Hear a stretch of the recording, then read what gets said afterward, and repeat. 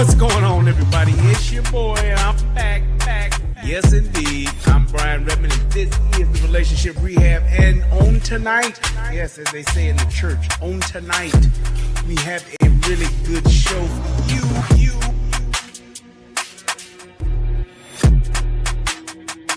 It is what it is, man. But thank God for Rumble. That's all I can say, man. And if you have not, please go subscribe to my Rumble, because this here ain't promised. And also, subscribe to the Guru and the Whore over on Rumble too. Tommy and I about to start doing our show again. Yeah. When are we as black folks? Everybody talk about when black community gonna ever come together. When black folks gonna ever get it right. Will black folks ever be able to overcome? Oh, he been saying that shit for 40 years since I've been around. I think it needs to be a little bit more basic than that. I know this may be a shocker. But when are we as black folks just gonna treat each other with respect? When are we gonna treat each other with respect? How do I better myself? It's by doing the work myself. I need to work on myself by changing myself. How do I better my people? I need to change the thought process and the thought patterns of our people. Period. That's just what it is. Period. That's just what it is. I don't think that the social engineers were able to see it this far, but the idea and the premise to say, hey, if we can get the main decision maker and the leader out of the home, then we as the government can essentially control this group of people. And that's just something that has been factual with just society. When the man is not in charge of the home, when the man is not present in the home, then it leaves the family vulnerable. It just does. And so I believe that was done purposely for a position of control. What racist system is holding back the 3 black mayors? 3 black mayors. They don't fucking care. They let these niggas run over the streets. They let these niggas I'm just saying. What system is holding back the mayor of Chicago? What racist system is holding back the mayor of New York? You tell me. Fill me in. Let me know what racist system got these mayors held back. Ain't none.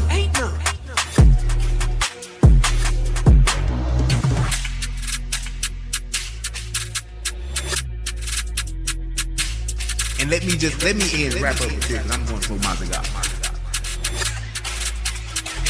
Take good.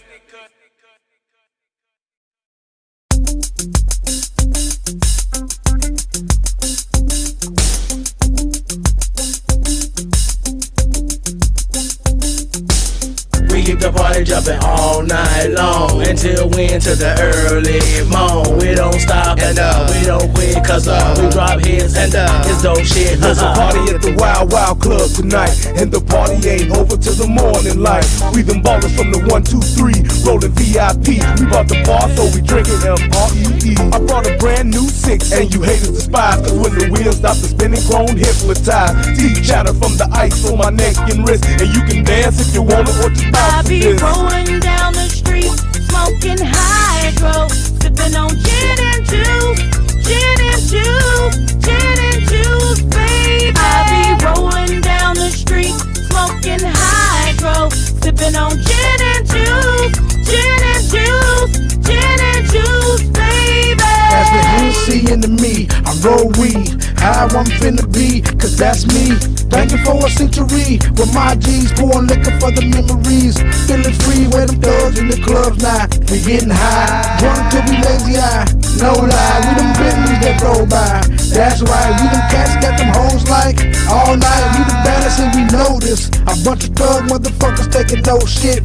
Y'all Mars can't hang with the Wild Wild. and got the nerve to try to perpetrate with our style. See, we them players riding out in them 6-4s, rimmed up, hitting switches, fucking thick hoes, smoking blunts all night, getting our rocks off.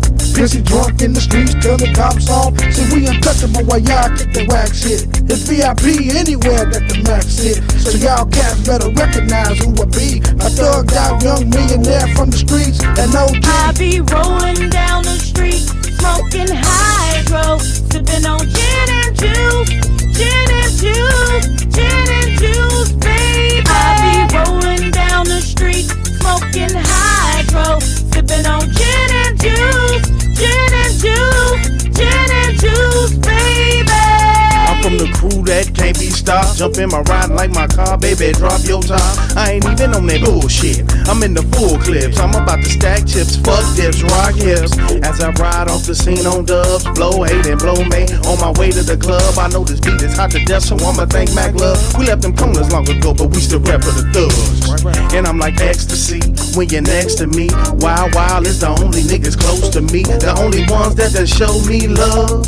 I don't think y'all wanna fuck with us. I be rolling down the street, smoking hydro, sipping on gin and juice, gin and juice, gin and juice, baby. I be rolling down the street, smoking hydro, sipping on gin and juice, gin and juice, gin and juice, baby.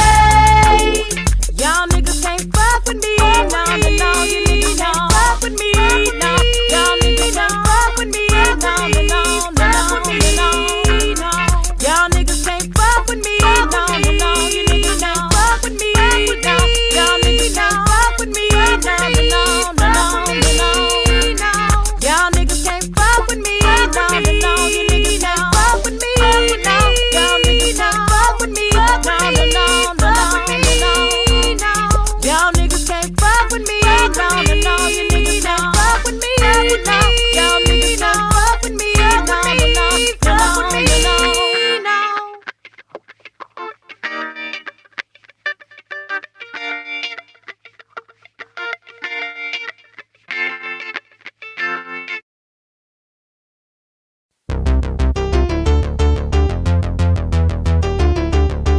This for the niggas and bitches, bitches and niggas who be hitting them switches and pulling them triggers, who be crumbling weed and rolling them swishers. Keep on banging on corners and drinking that liquor.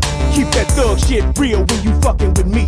Keep your sights on steel when you gunning for me. I put my pistol in your mouth and tell your ass to goggle. Gangsta shit so potent it should be sold in bottles. Take a sip and go to hell, get drunk and end up in the trunk. Fuck jail, you thinking DUI? No, that ain't how you die. It was my thugs and slugs that was the reason why. You niggas thought I was soft, but now it's blood that you caught. And now these shells hit the ground as I'm busting off. 9 double in Beretta, no there's nothing better. Tear the flesh in your chest and now your shirt is wetter. Me and this wild wild together like we husband and wife. Cause gangsta shit ain't just a song, it's a way of life. We are the thugs.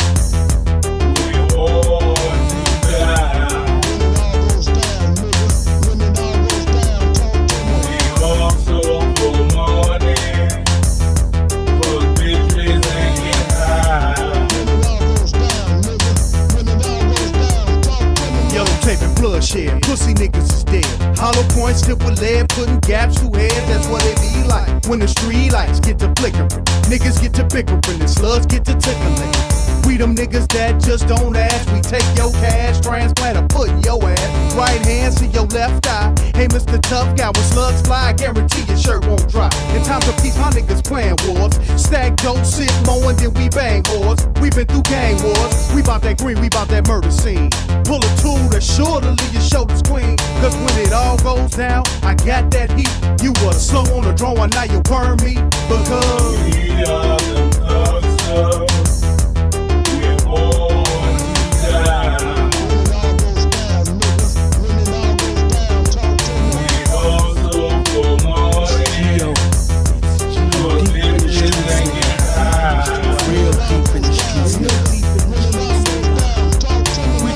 Y'all niggas ain't shit but wannabes and slug.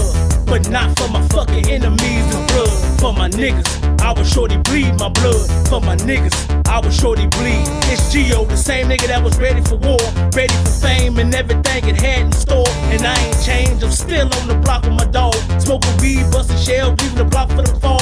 For my niggas who didn't get to see me achieve. Some died over beef and some died over greed. I'm smoking weed, I'm trying to get rid of the pain. Lord, please bless me to continue my thing. I'm from the streets, and it's been a hard knock life. I'm in it deep, and that's why I don't think nice. I don't sleep, and that's why I don't like lights. I hold heat, and that's why you won't blink twice. We are the monsters. We're born to die.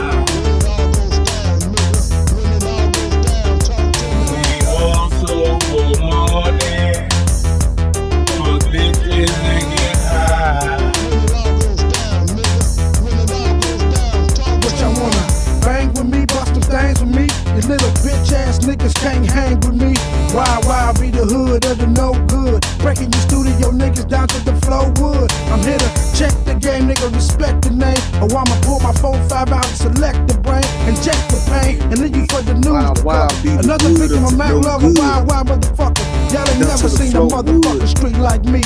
Ballin' from the Midwest, bringing heat like me. So niggas make way, cause I'ma bring it to you hard. No mercy on your mark. So bow down to my facade and feel the pressure. A real thug from the streets, we do what we wanna do. Nigga, fuck the police, I'm the mouth of madness. Bringing the pain and the sadness, I be the baddest. Smoking niggas to the ashes, Alpha and Omega. Spitting raw from Thug Data. Dark as Darth Vader with the strength of the creator.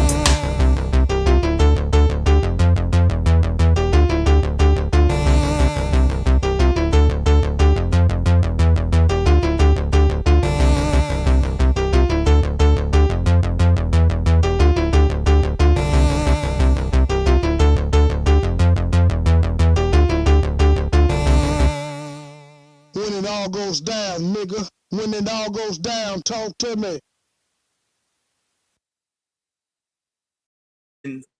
There we go. What's going on, everybody? It's your boy Brian Redmond, and I'm ready to get started. So I'm gonna cut that intro, and we're gonna get right into the show.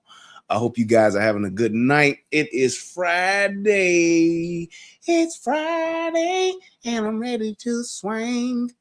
That's that Aaliyah. See that the black boy, we said Aaliyah, but that Aaliyah. Oh, it's all right. Yeah, buddy. Free R. Kelly, shit. While I'm at it, might as well, you know. Let me make sure my video is good. It looks good. Audio's all right too.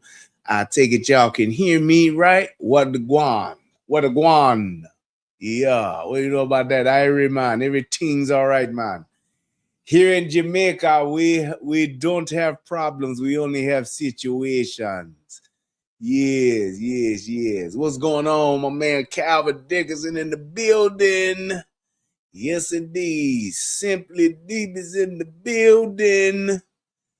Filler Gang B is in the building. Let me give some shout outs. I see y'all. Okay, my man Billy Goat, Raphael, Tyler. We going back here. Yeah, I see y'all. Make sure y'all click that like button, man. Since especially since YouTube's done fixed the algorithm, man, and your boy can start getting some traction once again.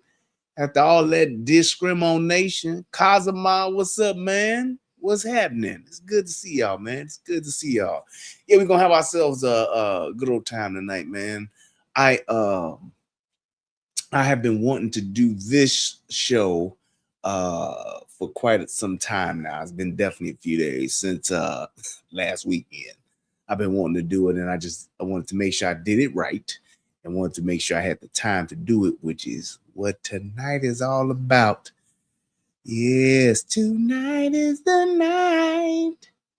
Tonight is the night. All right, so I am really feeling good tonight. I even took me a cat nap earlier today. My wife watched me sleep on the couch for about maybe, I don't know, about an hour. Just downstairs doing my thing. You know what? Sometimes it's all right just to be in the same room with somebody. You ain't got to be arguing or talking or fighting or nothing. You can just be in the same room tonight on some nights. I thank God for being able to just be in the same room. Hallelujah. But just being able to just be in the room is a good thing, and I don't take it for granted. So, but I will say that when we just talk about, and just to go ahead and get on into the show, and as I'm doing this, if anybody wants to come up, I can, definitely open up the line. Like I said, I ain't got nothing to do tonight. So if y'all want to do that, we can.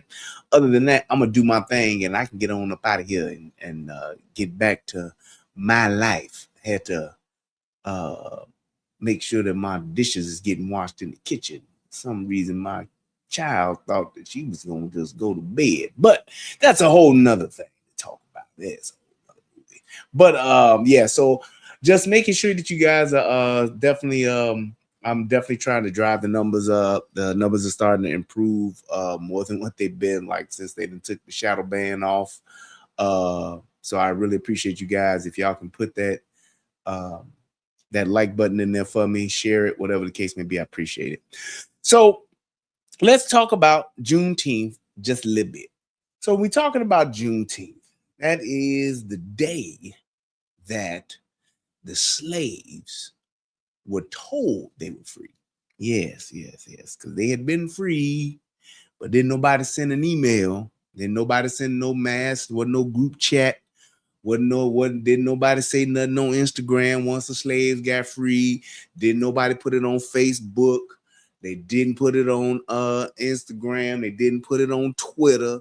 Abraham Lincoln didn't tweet out that you niggas is free and y'all can go and live amongst the world. So what they did was there was people riding around on horseback, and they were riding around telling people that they was telling niggas they was free. Other people was free already. They had to tell niggas specifically was free. I can remember my grandmother. Yep, I just thought about this. My grandmother, God rest her soul, Mattie Lou Clay, she said, and I quote, I can remember as a little girl, a white man, white man, riding up on a horse and telling my her mother and them at the time that they was free. Or was it my grandmother? I think this is what it was, my great grandmother. Because it was my wait, I don't know. It may have been it was either my grandmother told that story or my grandmother told me that her mother told her that story. So they freed niggas in what? 1978? When did I'm just kidding. What was it? 18? Was it 18? Let's see. Hold on, because I don't want to be wrong, because I know somebody in the chat gonna be like, he was wrong. You said what you said about Juneteenth was wrong, man. But she said, I think that's what she said. Let me just double check, because I can look at the time and see from there what that time frame was. Because yeah, Juneteenth. Let's see.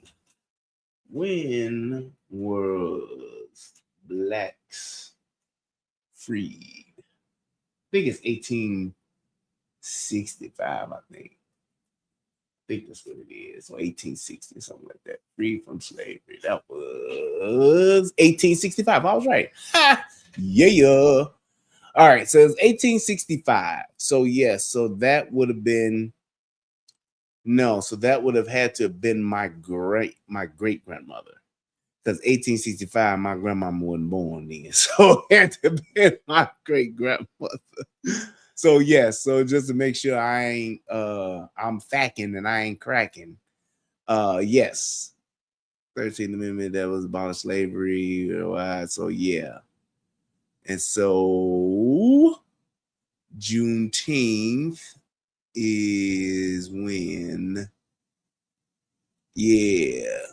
Freedom's Eve, right? January 1865, and June 19th, 1865 by the Union Galveston Bay, right? From motherfuckers there. Yeah, there we go.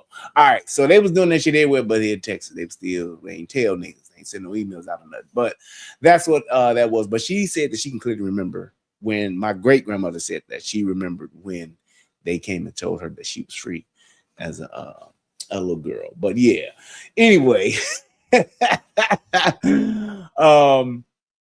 So with Juneteenth being as a historical, moment in Black folks' lives, and then for it to be made a national holiday, which niggas actually didn't ask for, but hey, Joe Biden, old massa Joe Biden, saw fit to bless us niggas with a national holiday, Juneteenth.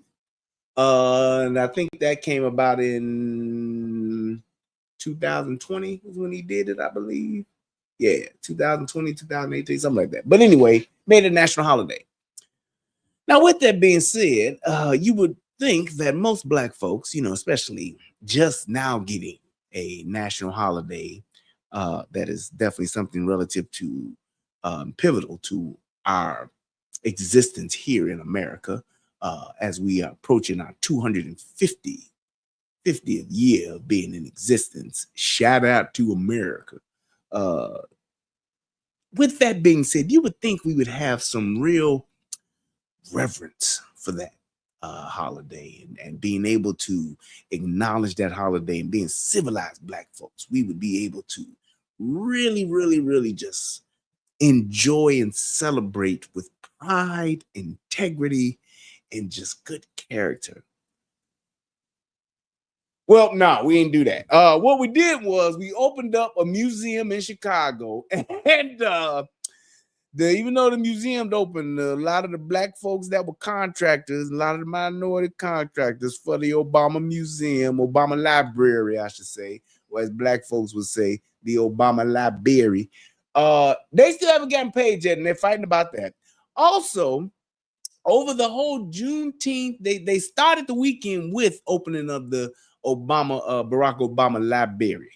Now, in conjunction with that, we also had a very active weekend for Juneteenth, to the tune of where 40 people got shot, 8 people were dead.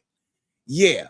And out of those 40 shootings, 40 people being shot and 8 being dead, one of those was actually a mass shooting where 12 people got injured. I think 4 people got killed, something like that, or 3 people got killed. Yeah, but anyway, it was quite active, very violent, and very, very bloody. So yes.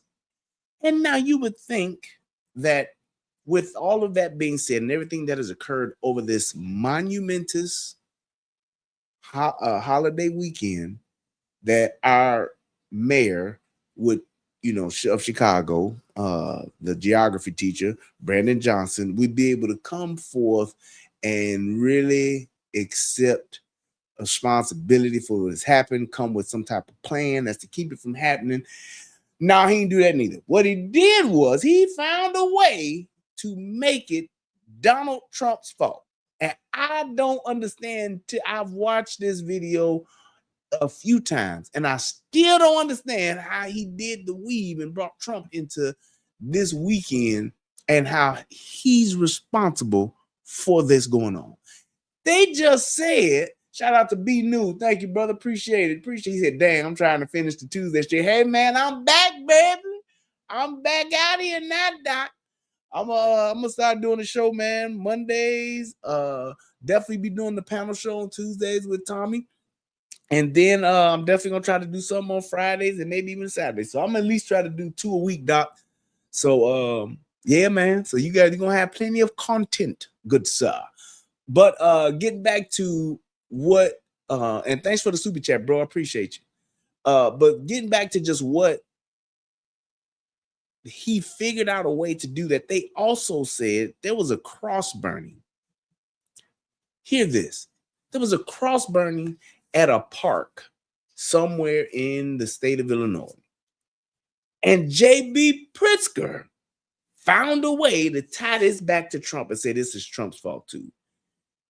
I am so tired of these politicians, these Democrat liberal politicians, finding everything that is wrong in this country, anything that goes wrong in this country, anything that they are asked about in this country, they are finding a way to make it Donald Trump's fault or to bring up Donald Trump. Now, I am not saying that should nobody talk about Donald Trump, because I know a lot of you niggas gonna love to say this. He always defending you. He always said, no. I got my things that I don't like about Donald Trump neither. Like, I don't like how he didn't handle this whole Iran thing. I felt he should have stomped their necks and stomped their motherfucking head to the ground, but he didn't do that. I didn't like, I'm just saying, I didn't like, even if you want to even go back, I don't like the way he handled COVID. He should have handled COVID the way that the governor down in Florida handled COVID. He should have took a page out of his book on that. I'm just saying. So there are things that Donald Trump, and the list can go on and on. There are things that I do not like that Donald Trump has done and has said. That whole thing, like I told people before, one of the biggest mistakes he made in that election was that they're eating the cats and dogs. Unless you got a picture of a Haitian roasting Garfield, unless you got a picture of some Nigerian cooking droopy, and they say, yes, I'm going to eat this dog. It is very good. I like to eat the dogs. Unless you got that and they had footage of it, there's no way I would have said that. There's no way. It's just one of those things that even if you're hearing it, you don't need to say it. And being a grown-ass adult, there are things that you should not repeat, especially being in a position that you're in where you can't verify it. Just because I heard it don't mean I need to repeat it.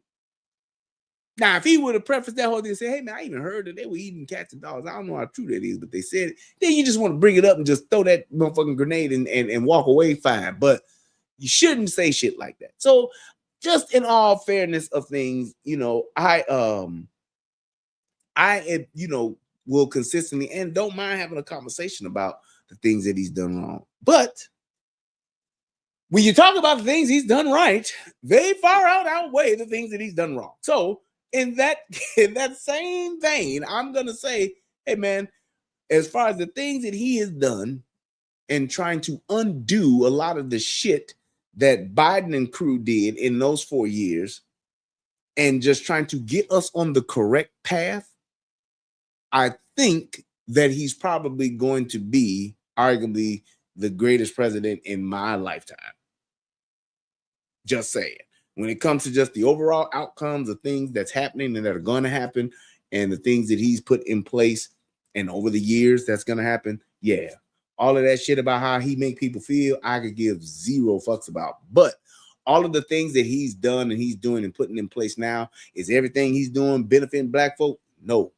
But there are things that are presenting opportunities for us and presenting opportunities for just America's period, which I believe that is going to set us up for the future. The fact that he's fucking campaigning and having to spend time campaigning to get men out of competing in women's sports, he shouldn't have to be spending time to do it, but the fact that he does and he's doing it, I appreciate it.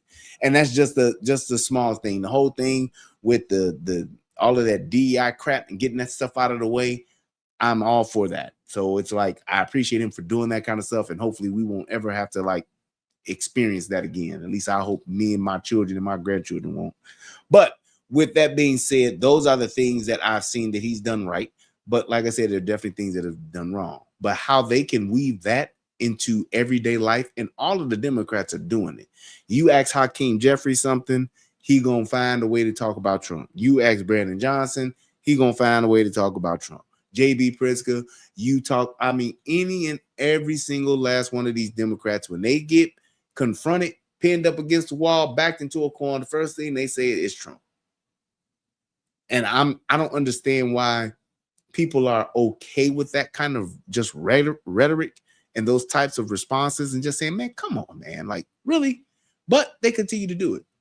So with that being said, I want us to break down this. I want to break down this interview or this press conference that Brandon Johnson had, and just go over those things and just see exactly what he's not saying. And he's really starting to be reminiscent of the whole, he's not as bad as Kamala Harris. I'll give him credit for that in all fairness. But he's really like word salad, Kamala Harris like, if you will, with his responses. He just never calls a thing a thing. and he will just find a way to not answer the question and to talk about stuff that really doesn't matter pertaining to the question, and I'll just say, well, that's my answer.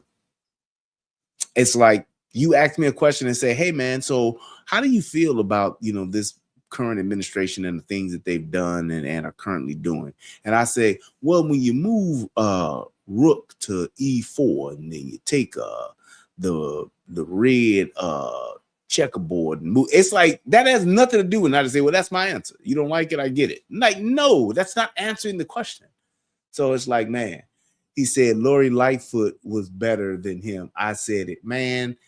You said it. I said it. He talking about I said it. I said it.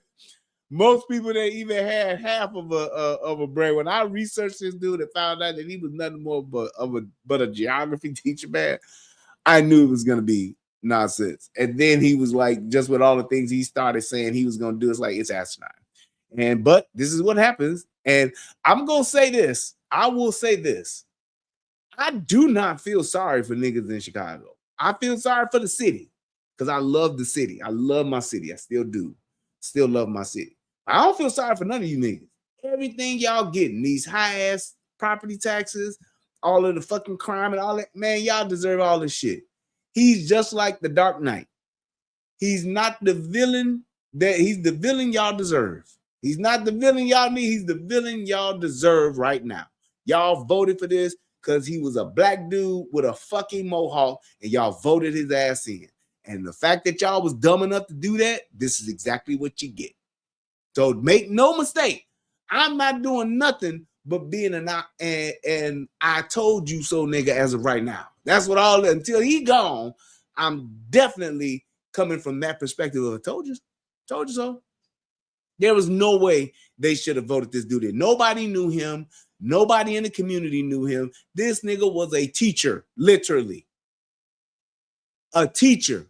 And y'all put this dude in charge of the third largest city in the fucking country with a fucking $1 billion goddamn budget. And look at what he did. He squandered away all of the money, put us into debt, and he then ran the goddamn bears out of the city. This what y'all get. I swear for God. Him and that JB Pritzker. Y'all gonna learn to stop listening to these fucking preachers and telling y'all who to vote for. Y'all gonna learn to stop just voting for somebody because they black. Y'all gonna learn to stop voting for some cool, slick talking ass motherfucking white boy or nigga. Y'all gonna learn because this is the kind of shit that happens when y'all do. Y'all voted for a woman because y'all just felt it's time for a woman to get in charge. Right. You saw what Lori Lightfoot did. Turn right back around. We gonna put a brother in charge like Hale Washington. Yeah. Yep. You see what he did. At the end of the day, y'all gotta stop voting from what looks good. Y'all wanted to get a brother in there. The best brother that was running was Willie Wilson. He's a fucking businessman. He's from the city, grew up in the city, got love for the city, and is an accomplished businessman. Why would you not want him to run the business of your city? Oh, I know why. Because he got a speech impediment. He got a speech impediment. So because of that, he ain't cool. Well, you know who else had a speech impediment? Fucking Mike Tyson. He became the heavyweight champion of the world. It's ludicrous. Spinal. It broke my back. It's like that kind of shit is what does black folks in, not just in this situation, but period.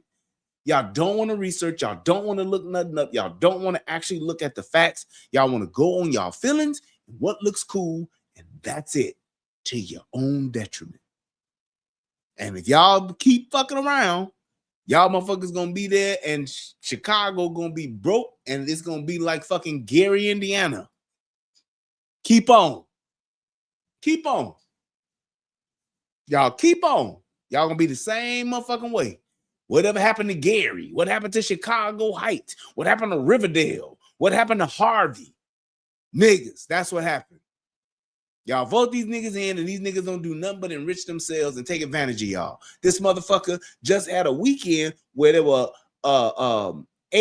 40 people shot, 8 people dead, And this motherfucker here by himself has 150 of Chicago's finest police officers watching his ass. Meanwhile, y'all niggas is dying and getting shot in the streets. And y'all okay with that? 150 motherfucking police officers. Mind you, the police department, I believe, it has a 2,000 officer deficit from what their minimal requirement should be, operating procedures, where they should be at, minimal. They 2,000 officers below that. Same motherfucker talking about we gonna defund the police and all that. Yep, he defunded the police. Y'all doing all this. Meanwhile, he got 150 police around him talking about they don't need the police. The police are we don't need them. Well, why do you need them? You would think he would be showing you leading by example, right? Nope. Rules for thee and not for me. That's the whole Democratic thing. They'll tell y'all what the fuck y'all should be doing. They'll tell y'all what they want you to do and all that shit. Meanwhile, they doing what the fuck they want to do while they hold you to some shit that they won't even hold themselves to. Insane. But that's their playbook. And I'm not even tripping on them so much because it's been their playbook. And y'all keep going along with it. Because y'all worried about Trump and he racist. Yeah, okay. Yeah, all right. Let's go ahead and let's bring this dude. Let's go ahead and talk about this and get this going. Unbelievable. All right. Here we go. And community during Juneteenth, it was disrupted by heartbreaking acts of gun violence. Heartbreaking. My thoughts and prayers remain with the victims, their loved ones, and all those who have been impacted by violence. I'm grateful to the Chicago Police Department, our firefighters, emergency medical personnel, OEMC, hospital staff, CVI workers, and all of the first responders who worked swiftly to protect. Hey, y'all let me know if y'all can hear this okay too. Affected. To support our communities, an emergency assistance center led by CPD will open tomorrow evening. He said the in guns were Washington shooting Heights, themselves. offering resources and services to victims, survivors, witnesses, family members, and of course, community members impacted by the recent violence. Community violence intervention workers remain on the ground providing support. What the fuck is that? Community violence intervention workers. What are these people doing? My man Calvin said, did a white person for Johnson, or did the white people for Johnson, you think more than black people, or vote for Johnson? I think that's what you're trying to say. More than black people? Probably, but the fact of the matter is, it's so many black folks in Chicago that they could literally swing that vote one way or the other. They could swing it. If they all got their shit together, they could swing it and get the mayor in there that they want. But this is the mayor that they wanted. Here's what it is. The white folks that voted for this dude and the white folks that stood this dude up, they with the same bullshit that he's on. It's that whole liberal agenda, bro. That's all they're doing. Has nothing, and that's the biggest thing about this. This has nothing to do with the city.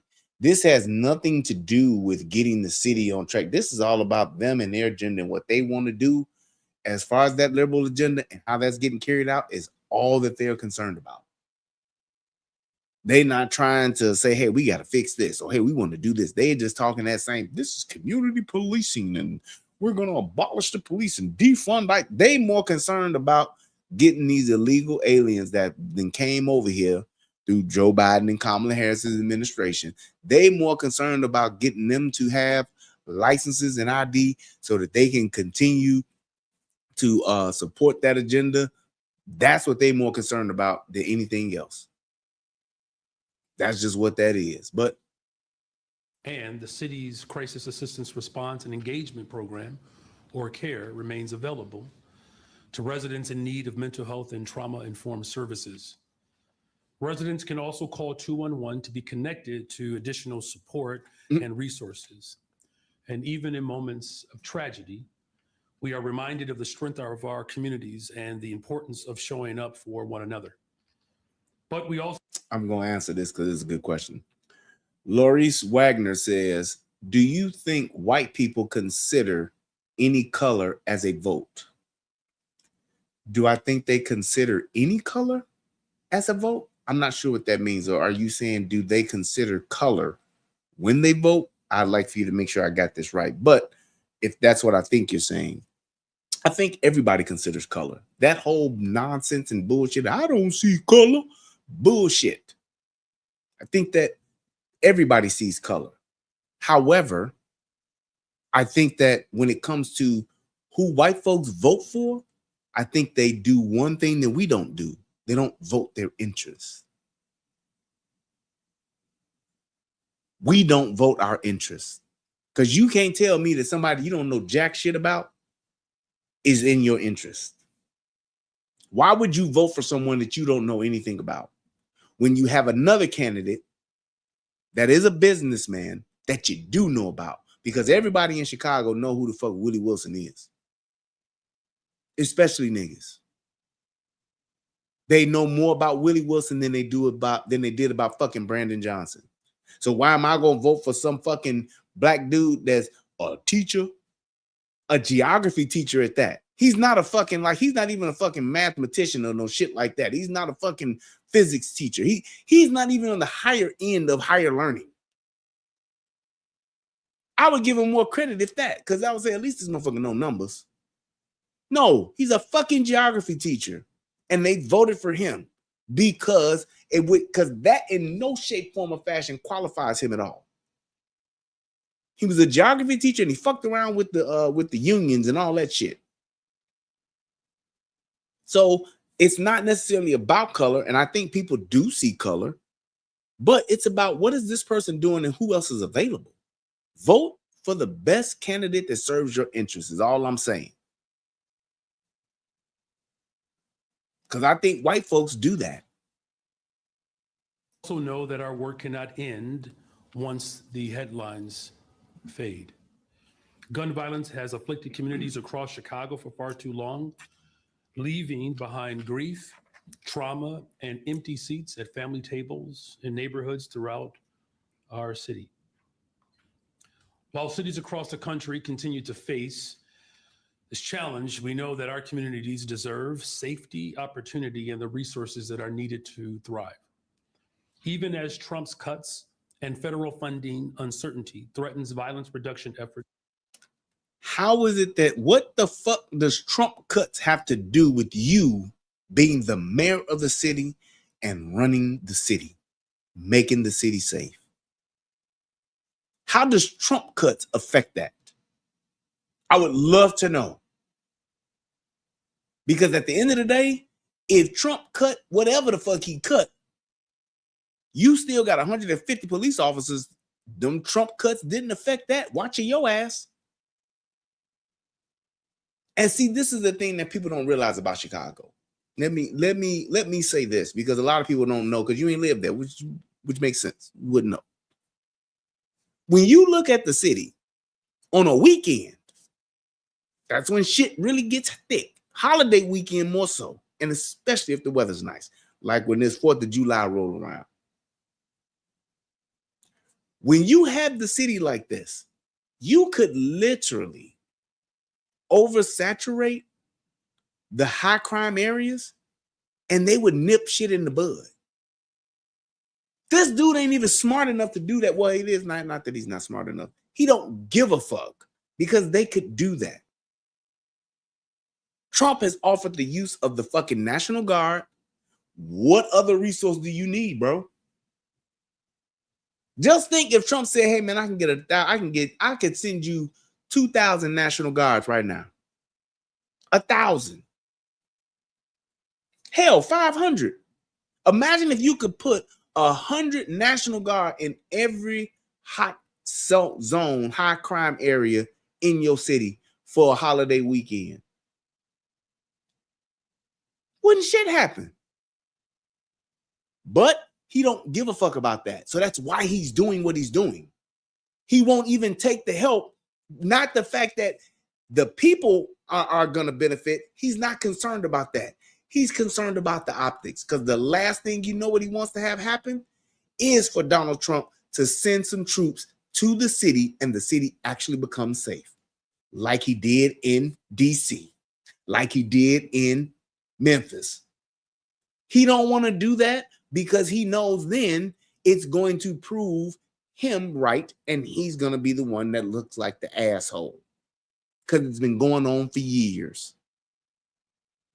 And I'm going to charge the same fact that he tried to do it back in 2016. He tried to do, the fact that Joe Biden, Kamala Harris, the fact that Barack Obama and Joe Biden let that shit go on for those 8 years and they didn't do nothing about it. It took Donald Trump to offer y'all help. Why? Why would it take him to offer y'all some help? I'm sorry, that's not 8 years, that's 12. 2 terms with Obama and 1 term with Biden. And Biden was the president for all 12 of them years, was the vice president. So he was in the administration all 12. Why wouldn't you do that? You know why? Because this is not about politics per se. Well, it's a lot of moving parts to getting that done. No, it's not about that. It's about optics. I'll be damned if I let this white man show me up. That's what it's about. I'll be damned if I let this white man get some shine. And y'all know I've been talking about this shit well over 10 years. I've been talking about this well over 10 years. These mass shootings, these high crime, 80 people shot over the weekend. I've covered all them shits. I've covered it all. And you clearly seen that the only president to actually do something. I even pointed out how even if you don't want to send a National Guard in, you could then, you have as the president, you have the power to establish a specific FBI task force to go in and assist these cities. They won't do it. Yes, Obama is from Chicago. That's all I'm saying. So when you think about all of the opportunity on what it takes to make the city safe, they have bypassed on it and have let people die. Which is why I can't stand these motherfuckers. Because y'all would rather let people die than to do the right thing. Eat a little crow and go ahead and do what's best for the people. And you know why? Because you don't really love the city. You just love yourself. While your wife's spending $70,000 on desk, that's what you're concerned about, as opposed to the safety of the people that look like me and you that are dying every day, every weekend, every holiday weekend, getting shot. But you making this bullshit ass speech, the empty tables at the empty dinner tables and the empty seats in the community and the churches are bullshit. You don't give a fuck. He's literally just reading this. And to me, it's almost as if he's kind of like almost like a sociopath, because he really don't give a fuck. And he's reading this as if he's sympathetic and he really doesn't give a shit. I would not be able to sleep at night as a man, knowing that there are people in my city that voted for me to keep them safe and to run the city. I could not sleep at night knowing that I got 150 of Chicago's finest police officers watching my ass while people in the streets are fucking dying at night. I couldn't do it. There's no way my conscience and who I am as a person, as a man, black man, human being, Christian, whatever you want to call it, there's no way I could live with that. And the fact that he can lets me know what type of person this motherfucker really is. He's at a whole nother level of selfishness, a whole different level of self-centeredness that people just don't want to acknowledge. This is fucking horrendous. Nationwide, my administration continues to strengthen investments in violence reduction, youth opportunities, and community-based interventions that ultimately make neighborhoods safer.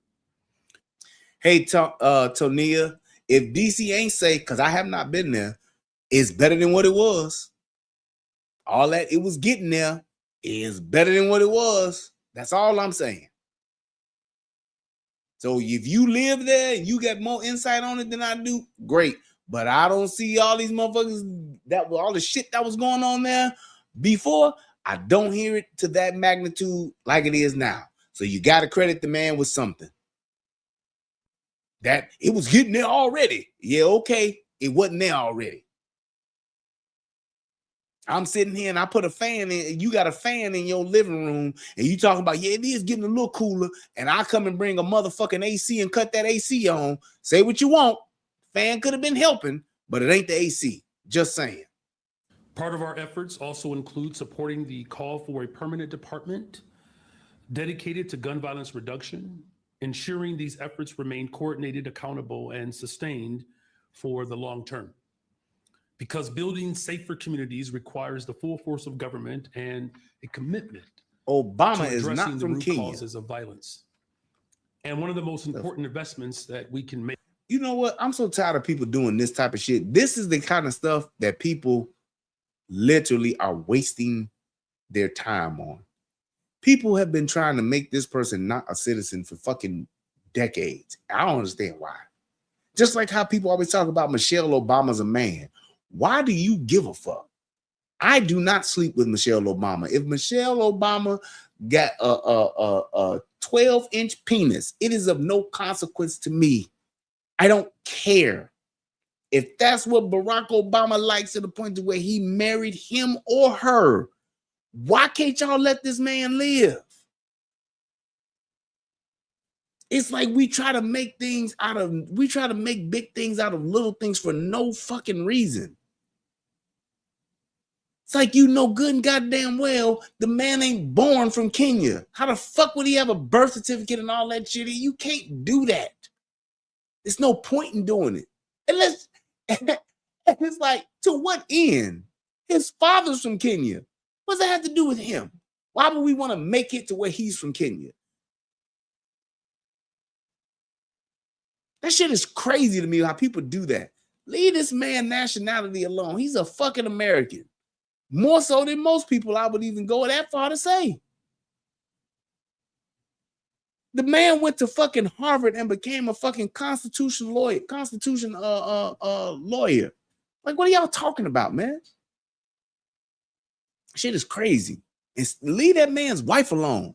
If Michelle was a man, if Michelle is a man, if Michelle was a woman, and Michelle is a woman, I don't give two shits. It don't matter to me. Where Obama places his penis is of no consequence to me. I don't care who that man is sleeping with. It's like people try to make a thing out of that. Like, if she is a man, why do y'all care? She's presenting as a woman and has carried herself as a woman all this time. If the kids are fake and they was by somebody else, why do you care? What that man's family life is like has no impact on my life.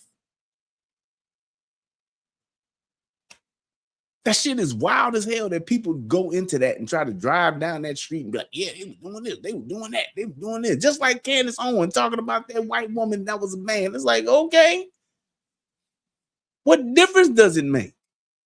What is who that man or that woman, what does their gender and who they're sleeping with, what does that have to do with you or us? It has nothing to do with them. That's why I don't have a problem with gay people. The only problem I have with gay people or trans people is when you try to make me get on y'all program. I don't care. You can walk around in a dress. You can walk around with whatever, as long as you ain't fucking with no kids or influencing no kids. And that's what you want to do, by all means. Have at it, my man, my woman, whatever. Have at it. I wish that we as a world, as a country, could get to that place. Hey, man, what you do in the bedroom don't have shit to do with how I got to address you. Who you sleep with should have nothing to do with how I speak and the words that I choose to use. The fact that you are dressing like a woman don't mean that I'm going to call you a woman. A ma'am, madam, miss, ms. No. And you shouldn't care either. Being that ma'am, man, or miss, or mister is what it is. Let's get back to it, though. Is in our young people. Right now, more than 25,000 young people have started summer jobs through the Chicago Youth Works program. When we invest in our youth, we invest in safer communities, stronger neighborhoods, and a brighter future for Chicago. And that is why I also want to recognize that this week, Chicago Workers' Rights Week, we're celebrating it. We're celebrating the hardworking people who keep our city moving forward, and they do it every single day. Whether you're working an overnight shift, serving customers, preparing meals, stocking shelves, or delivering goods across our Chicago city, Workers Week. your work matters. Every day, Chicagoans show up for one another. And through our work, and through your work, you help feed families, support neighbors, and you keep our communities running. You create opportunities for future generations. And that is the power of working people. And that is why we are proud to celebrate Chicago Workers' Rights Week. Workers' But Rights as we Week. all know, Chicago, like communities across the country, continues to face an affordability crisis. Too many working families are spending too much of their time and energy simply trying to make the ends meet. The rising cost of housing, groceries, childcare, and other everyday necessities. Yeah, like the property taxes you increase. And see, those are things that he won't bring up. It's like this. And I'm going to acknowledge what you're talking about, Kazuma. Didn't they take down the shot spotter system that was used to map out all of the rampant shootings? So what shot spotter was, it's basically a system that alerts the police when it hears gunshots. Had it all throughout the city, and they took it down. Have no clue as to why. No clue.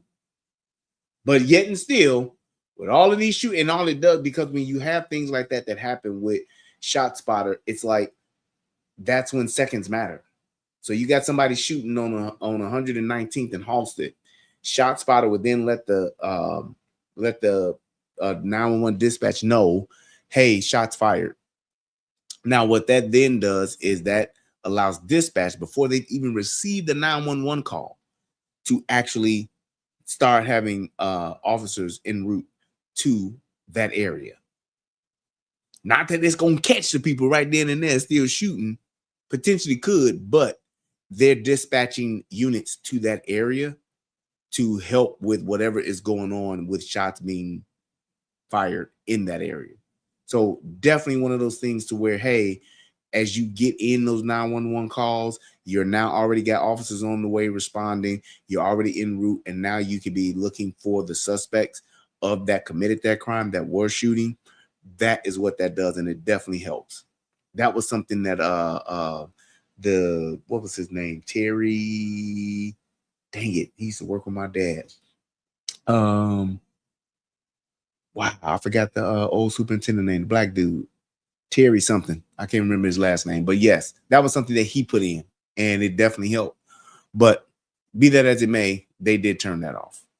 It's made it harder for many of our residents to get ahead, and even when they are working every single day, and in some cases, multiple jobs. Yep.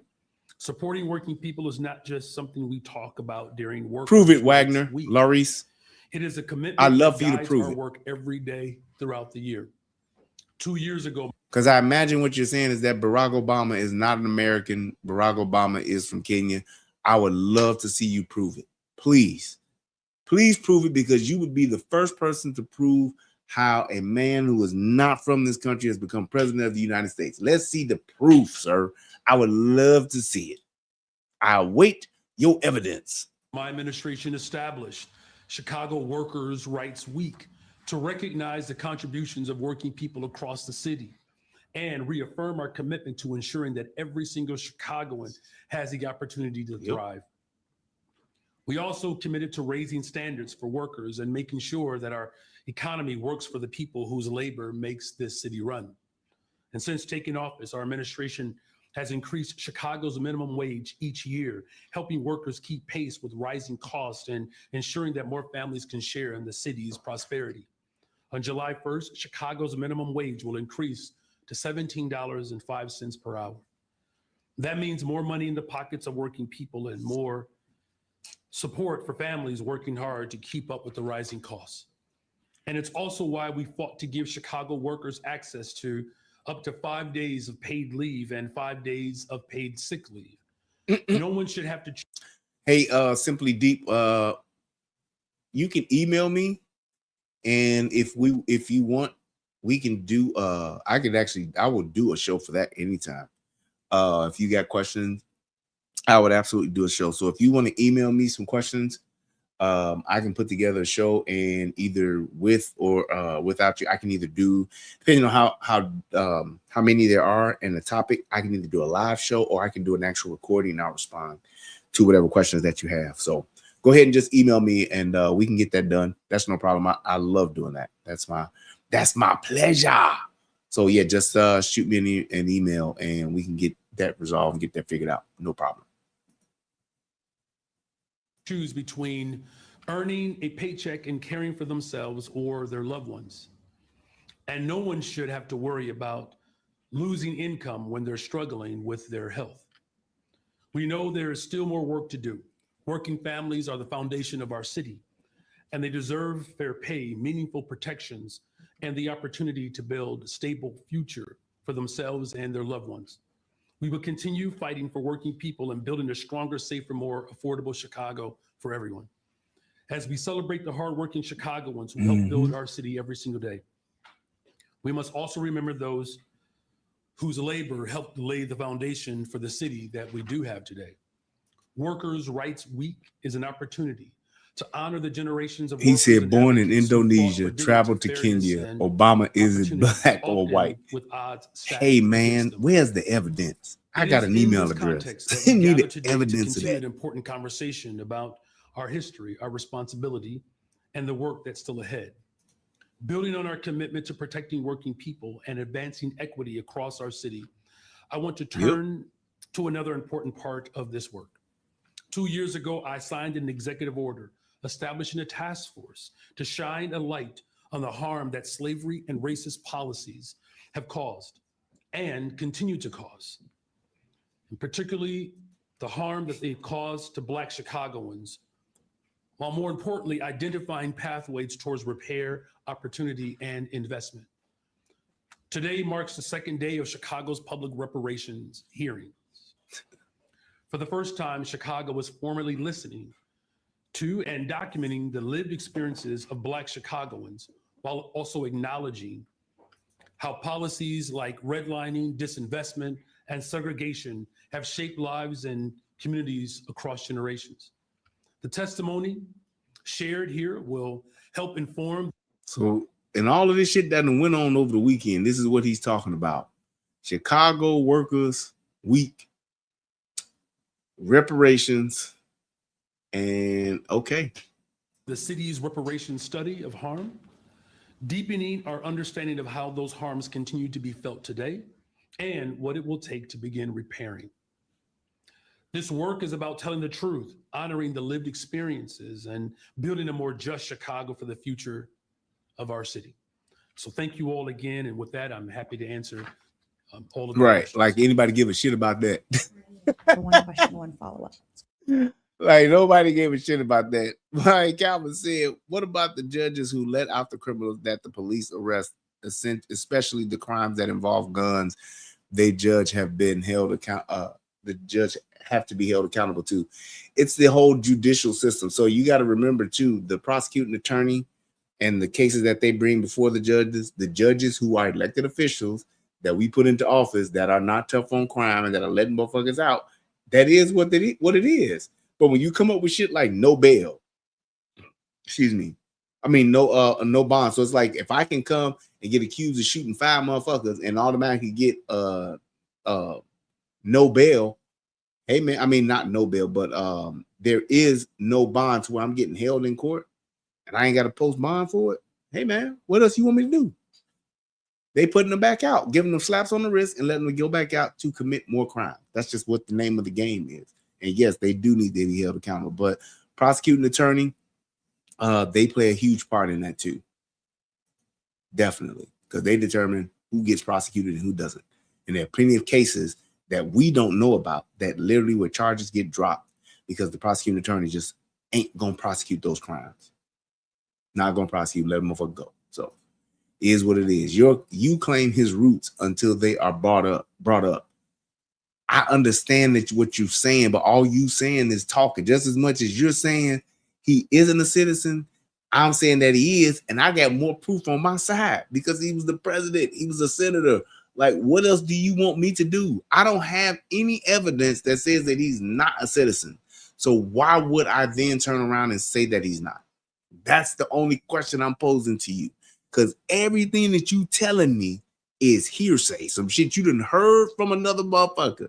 You don't have the evidence. Do you realize that out of all of this time that he has been in the spotlight of politics, if there was even this much of a chance of him not being a citizen, that somebody who don't like him, fuck all the people that's just gonna follow the rules, but the people that don't like him would have brought that shit to light, would have spent the money, private investigator, whatever it costs, to prove that point of him not being a citizen. That would have kept him from being a senator. It would have also kept him from running for president. You do realize that, right? So what you saying is just what you done heard from somebody else. You don't have the evidence. And there's more evidence that says that he is a citizen of the United States than he isn't. That's all I'm saying. And if you can't prove it one way or the other, all I'm saying is, what's the point? What would be the point to this? Those are the things that I don't like, that conservatives, Republicans get into and go down these rabbit holes for no reason, because there is no point to it. None whatsoever. But y'all still want to talk about and harp on this stuff. And I don't understand why that is. It is literally a moot point. There is nothing that can occur from this because you don't have any fucking proof. You're just talking. That shit is crazy as hell to me. Like, why would you obsess over something like that or make those statements and say that somebody isn't something that you can't prove? Hell, at least Candace Owens was able to provide substantial evidence with the motherfucker she was talking about, with that Marcone chick. She was at least able to provide a lot of damning evidence to say that that dude was a dude. But it's like we keep saying the same thing and we don't have no evidence. We just keep saying, like, yeah, this person is that. Well, can you prove it? Well, if you look up, can you prove it? I don't want to read what some other blogger done wrote. I don't want to read what somebody else. Do you have evidence to prove what it is you're saying? Well, no, then let's move on. That's all I'm saying. This way. Thanks.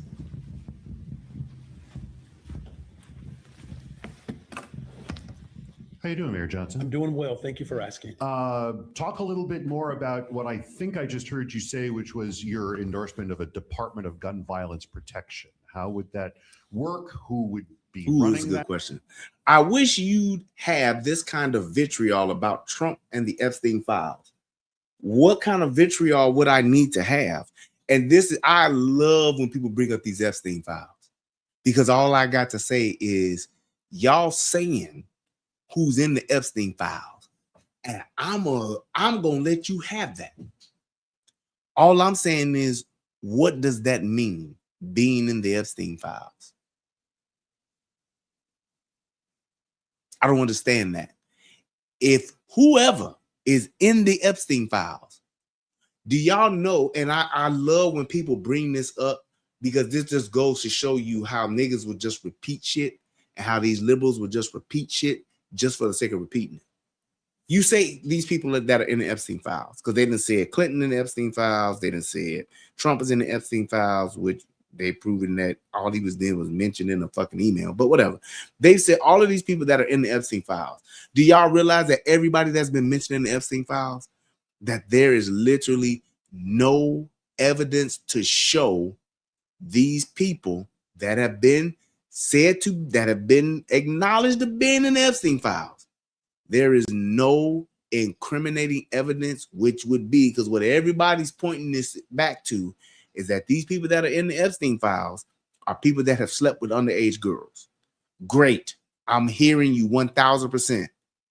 Where is the footage of anybody being with an underage girl that we can identify? Have you seen it? And the answer is a resounding fuck no. But y'all think just because somebody is in the files that they are guilty. You can't be charged and be guilty of a crime without evidence. Y'all do understand this, right? But y'all just like to talk and y'all just like to make shit up and hope that because somebody said you was there, that you did it. If I walked into a crack house, does that make me a crackhead? But you was in there though. Does it make me a crackhead? Does it make me a crack smoker? Does it make me a crack cooker? Does it make me a crack seller? Does it make me a crack dealer?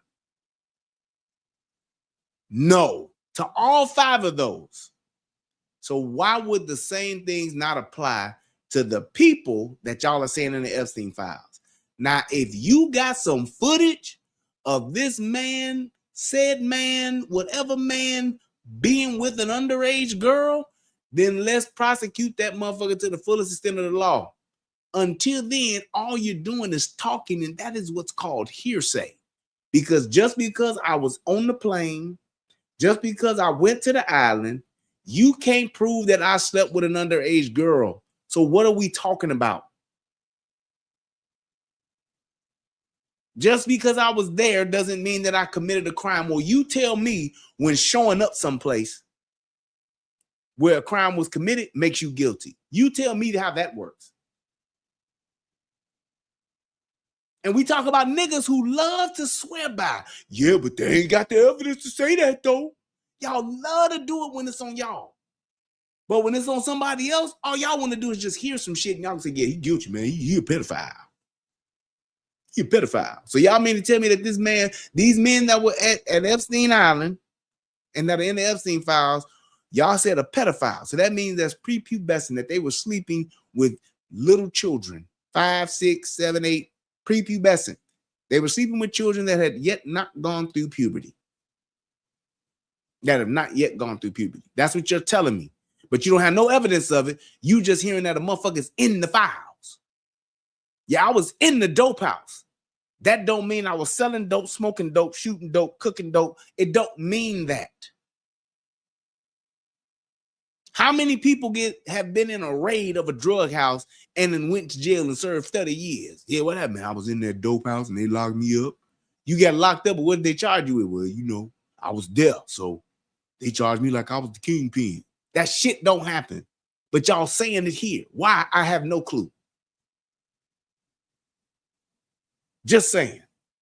You ain't got no evidence. Do y'all not realize that if these motherfuckers had any evidence of Donald Trump being with an underage girl, don't y'all know that shit would have came out? They found a bitch from the 70s that said he raped me in a closet with no evidence. They found a bitch back then who lied and said that this motherfucker did this. You don't think that they would have actual footage of this man doing something like that and not release it? Stop playing with me. They tried to kill the man. Come on now. And I'm just talking about the facts. I ain't making shit up. So the vitriol that you looking for, how do you have vitriol? Epstein is dead.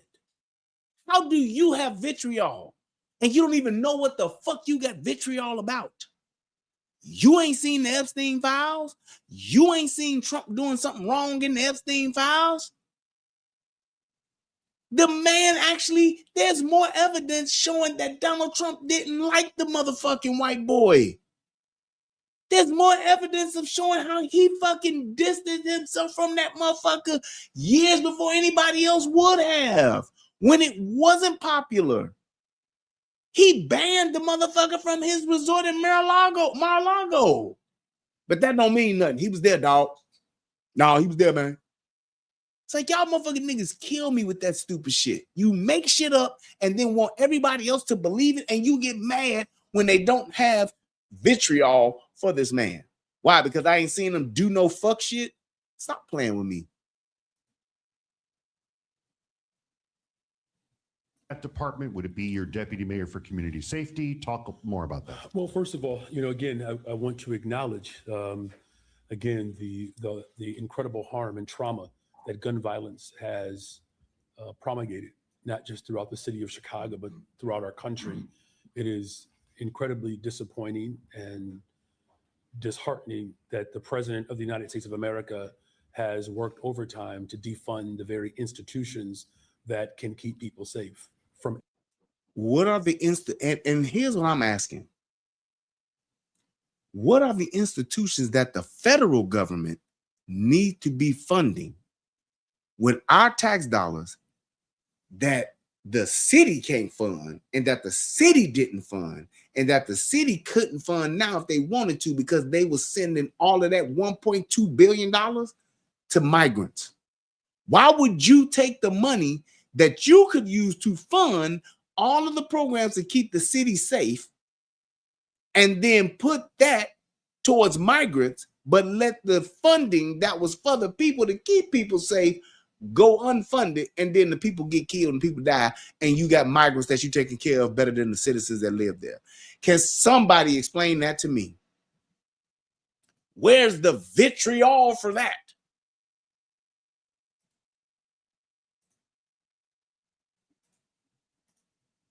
Just saying.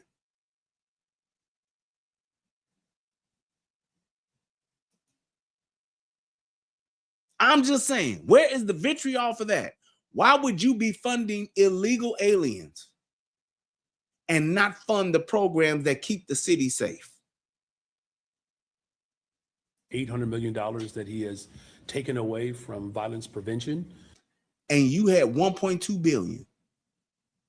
So you actually had 800 million that you could have put towards that. And then you could have took the other 400,000 from the 1.2 billion you fucked off with, and you still could have had money left over.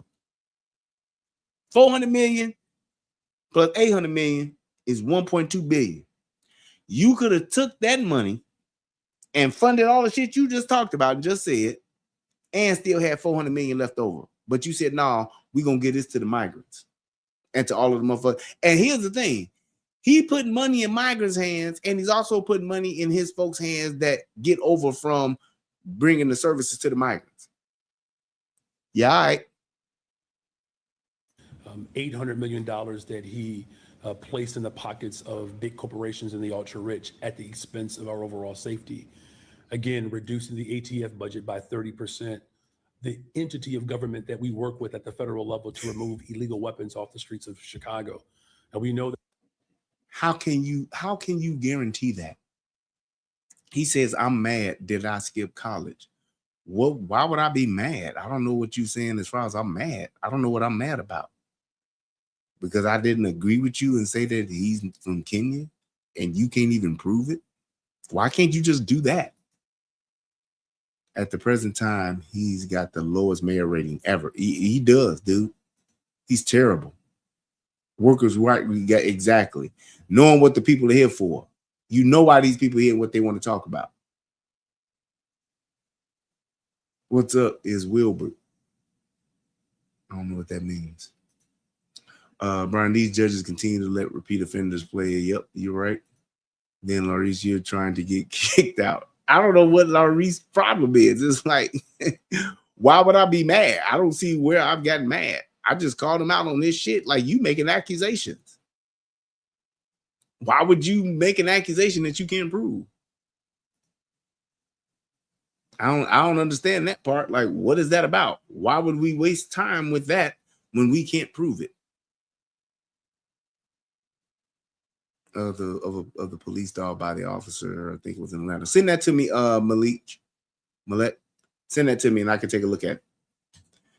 Brian, if you was the mayor, what would you know? What would you know if you asked Trump for help? You party will not support you.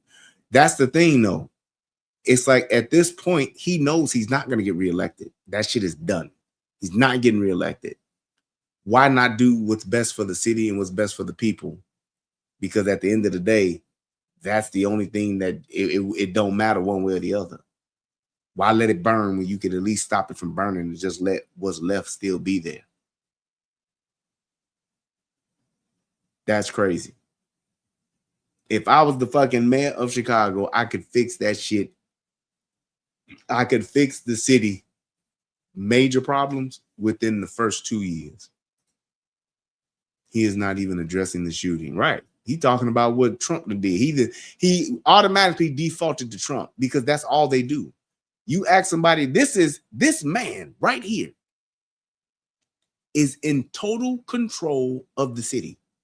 He runs the city of Chicago. Trump don't run it. Pritzker don't run it.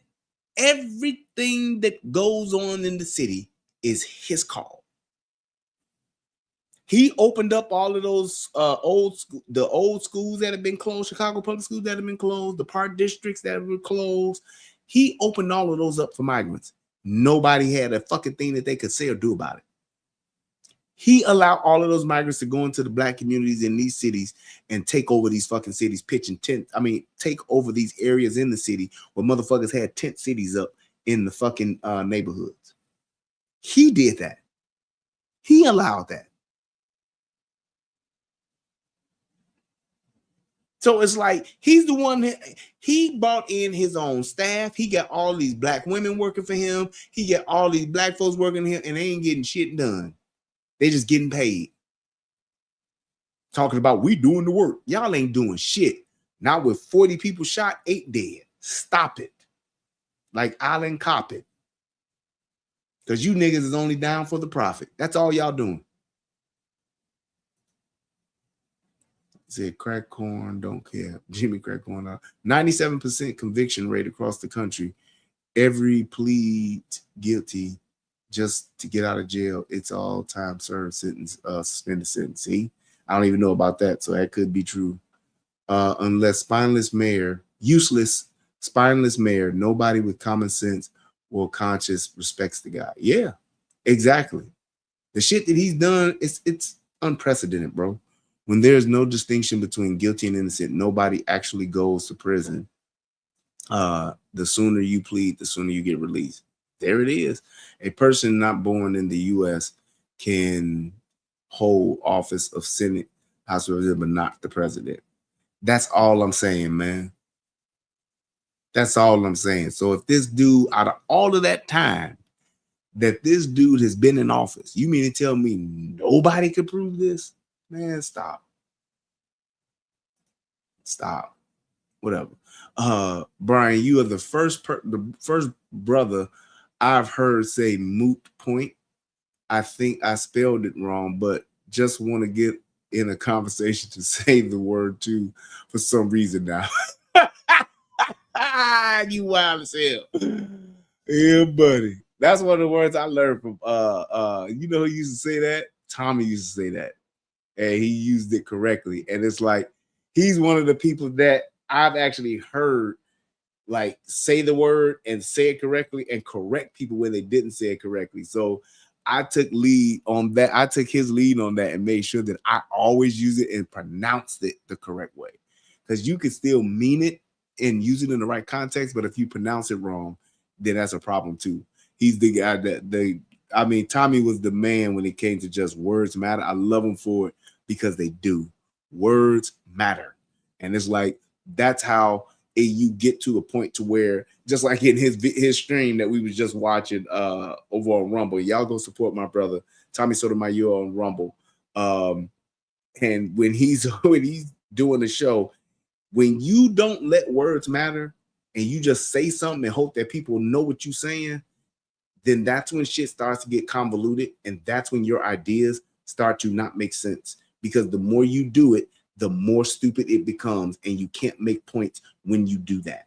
So it's like, that's one of the biggest things that I've learned from him is that know what you're saying and why you're saying it, absolutely always. But how you say it matters. Using the correct words, the correct verbiage, that shit matters. And black folks have a problem with that. They just do. They just do. That's all I'm saying. So it's like, that's one of the things I love my brother for that, and just teaching that and standing on that. It's like, that shit means something, bro. And we should all be cognizant of that. He also came up with, look it up, nigga. That when you don't know a word, I'll be the first one to ask, hey, what does that word mean? I never heard that word before. It matters. And it helps you to be able to communicate better and to relate better with each other when you can actually know what somebody is saying and know the words that they're saying and why they're using it, and the person who's saying it and using the words are doing it correctly. So being in the Epstein files could be as little as being mentioned by Epstein. Yes. And the FBI has said that. That's why they said all of those things about the files. And yeah, we got a lot of stuff in the files, but incriminating evidence? Where? Where? How? If I don't have that, all we doing is talking. Epstein could literally have put in an email. He could have just said on a recording your name, and you are at that point technically in the files. He could have sent an email inviting you to the island. Whether you win or not wouldn't matter. You're in the files. He could have sent an email to you saying, hey, man, good seeing you over in Las Vegas, man, last week, man. It was good. Hope I get to see you again soon. Or have you come out and hang out. You in the files. Ain't did shit, ain't went nowhere, ain't did. You in the files now. So what does that mean? That you a pedophile? Pedophile sent you an email and put your name in it. Pedophile was doing recording. Somebody asked, like, hey, do you know this guy? Oh, yeah, I met Brian. I met Brian a couple times in California. Now I'm in the file, so now I'm a pedophile and I got to go to jail. How? But that's what motherfuckers have done with this shit. Mind you, the whole thing about how niggas are saying now, man, they covering all that shit up to protect Trump. Mind you, the Epstein files came to light when fucking Biden and them had the shits too. And they didn't do a goddamn thing with it. And you know why? Because the majority of the people that have done anything incriminating in the Epstein files, they're all fucking liberal Democrats. And they don't want to pull that thread because it's going to unravel a bunch of shit. Bill Clinton, Bill Gates. Why go there? These old ass men, what are you going to do to them? What are you going to do to them? If you try to charge Bill Gates right now, Bill Gates got enough money to where by the time you even get done with the case, by the time you even think you're going to get him convicted, he'll be dead and gone. So why? Why are we doing this? Same thing with Bill Clinton. Why are we doing this? And that's just what it is. As unfortunate as the situation that occurred is, and as unfortunate as it happened, hey, man, I get it. But the juice ain't even close to being worth the squeeze, which is why they ain't fucking with it. But anyway, Jeffrey had old holes on an island too. Yes, people, but everybody just reaching for stuff. That's all I'm saying. It ain't like this was just an island of children that this motherfucker was running. But that's the way they want to paint it. They want to make it like that. And like, man, get out of here with that shit, man. Come on, dude. That don't even make sense. What about the prince from Monaco? I don't know nothing about that. Calvin, you gotta educate me on that. Since the Epstein files is bad as people claim, there are sitting people in Congress. Yep, that's a fact. And the Senate that have done the same thing and worse. They use taxpayer money and pay off. Let's take it a step further, Lock G. Let's talk about how the people that are sitting in Congress and in the Senate that are already sex offenders that got records and they still ain't got canceled. They ain't went to jail. Let's talk about that part. All the motherfuckers that got DUIs and all that shit. Let's talk about that. That got fucking domestic violence convictions on their record. Some of the worst fucking criminals, some of the worst people that have committed crimes in our country are in our fucking Senate and House of Representatives. So stop playing with me. Y'all just want to pick and choose on who you like. Motherfucker you like is the motherfucker who you want to lock up. Butter biscuits, see how that works for you. Have no idea what that means. Nigga speak.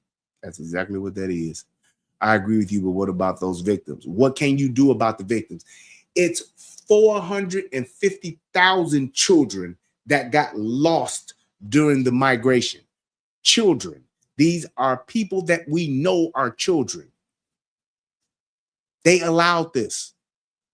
450,000. They were able to, since Trump has been in office, they've been able to actually recover 100,000, which means there are still 150,000. There's still 300,000 plus kids that are out and about in our country that have been lost. Victims are everywhere. And I'm not trying to just dismiss it. I'm just saying what the facts are. I'm more concerned about these victims that are children that's out here lost right now, that are in who knows what situation that they're in, being taken advantage of and being abused, than I am about some motherfucking teenagers that was out at an island that was wanting to hoe with another bitch that went out there. I get it. And I'm not saying that they not victims, but I'm saying I'm more concerned about a 7-year-old that got picked up and said somebody said that they was that person's relative and took them. I'm more concerned about getting that 7-year-old back than that motherfucking 16-year-old that went to the island. Because that motherfucker wasn't bound and gagged. That motherfucker, them girls weren't tied up. They weren't bound and gagged. They weren't chloroformed like in the movies. They weren't dragged, kicking and screaming and thrown into some white fucking rape van and taken to that island. I get so tired of people acting like motherfucking teenagers don't act like they want to be with grown men. And vice versa.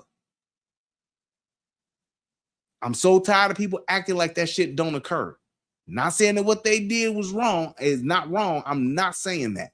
But I would rather go after a little kid who's been taken against their will, or a little kid who actually don't know no better and is being forced to be in a situation, than some 15-year-old that wanted to get some money because they want to get a Gucci bag and they went over with this grown man to give him a massage.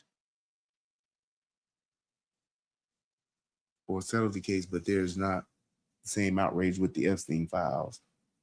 I didn't get all of that, but we'll keep it moving. Just saying. That there are at least 13 states across the country that has an office that is dedicated to reducing gun violence. The Biden administration established the first of its kind at the federal level. What I shout out to have Dixon said and what I will Designs. continue to say is Appreciate that I you. think it's incumbent upon all of us to find ways in which we can. And see, and this is a part of the grift. So they talk about these gun violent reduction groups and these departments that reduce gun violence. And you know what, where the grift is and where the bullshit lies with that? They don't tell you how they're doing it. They don't tell you what the effect of it is done. They don't give you no real numbers. All it is a position where somebody's taking some funding and putting it in some motherfuckers' pockets that's making it seem like they're doing it. You don't see no videos of them actually doing this job that's reducing gun violence. You don't see none of the fruits of these trees for these departments. And that's why I call bullshit. That's exactly why I call bullshit on it, because you don't see it anywhere. Where are all of these anti-violence, all of these groups, all of these departments, and all of these cities that have been established and funded with taxpayer money to actually reduce gun violence? Where's the fruit of their labors? Where do we see it? What are they doing? Where's the video footage? We're in the age of technology.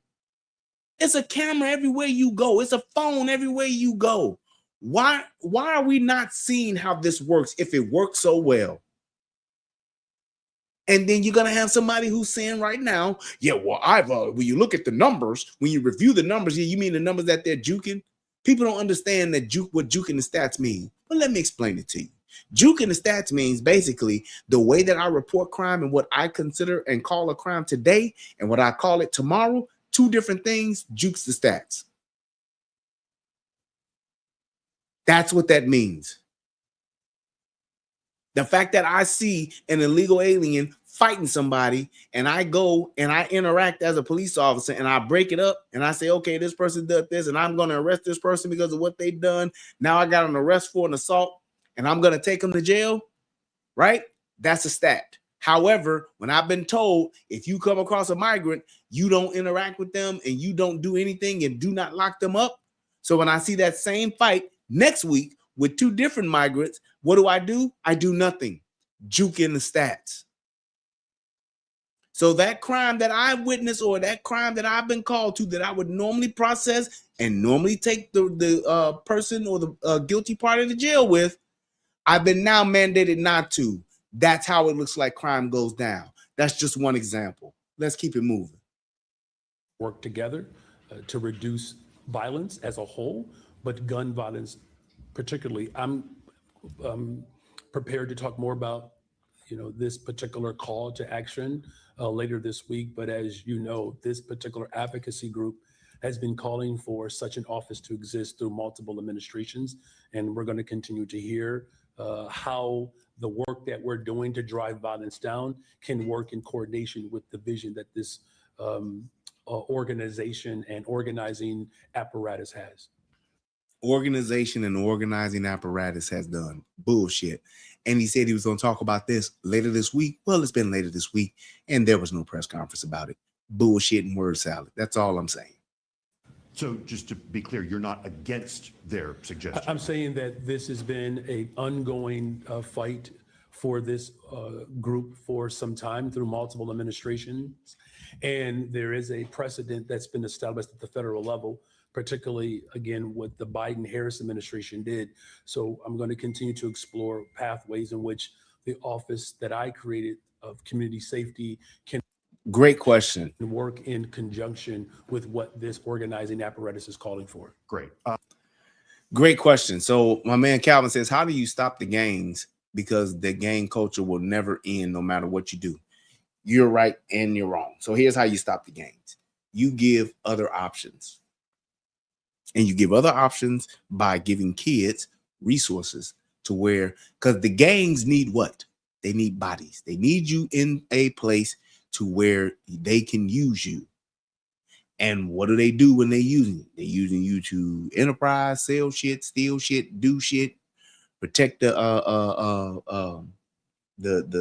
turf, all of that shit. But when you have other resources in place to where, like active policing, that minimizes gang activity, because it's not about getting rid of the gangs, it's about the gang activity. You minimize gang activity by having police, by being tough on crime, and giving resources to children. You know why when I was a kid, why we didn't do no takeovers? You know why we didn't just go downtown and fuck around and fuck about and tear shit up and steal and jump on cars? Because we were at our parks. We were at the YMCAs. We were out playing sports. We were actually in school, after school programs. Do you realize when I was in elementary school, I got out of school at 2:30, right? And you talking about me being a latchkey kid. My mama was at work and my daddy was at work. He lived around the corner from me. My daddy was out the house when I was 3 years old. He moved around the corner from me, but he was still not there. So 2:30, I get out of school. You know what I did?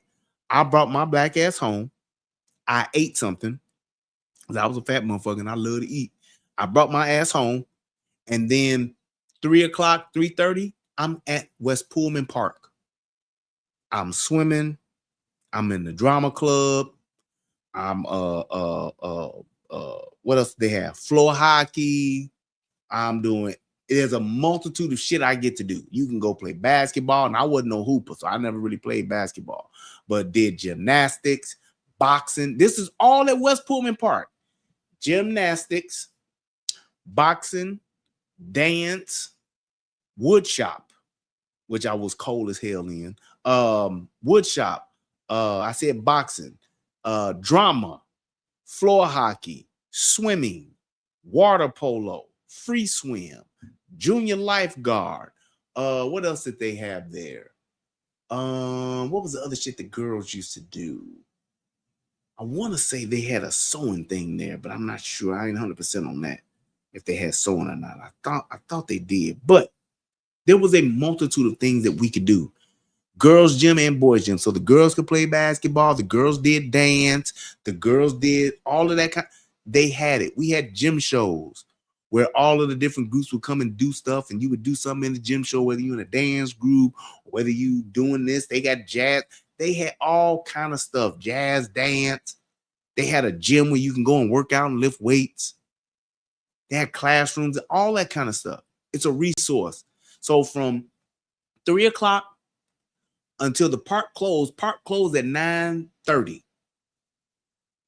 From that time, 9 o'clock, 9:30, yeah, because like swim will be over at 9 o'clock, and then adult swim, right? Because adult swim, because free swim for the kids was from 3:30 to 4:30, and then from 5 o'clock to 7 o'clock was family swim. And then I think from 7 o'clock to 9 o'clock was adult swim, or vice versa.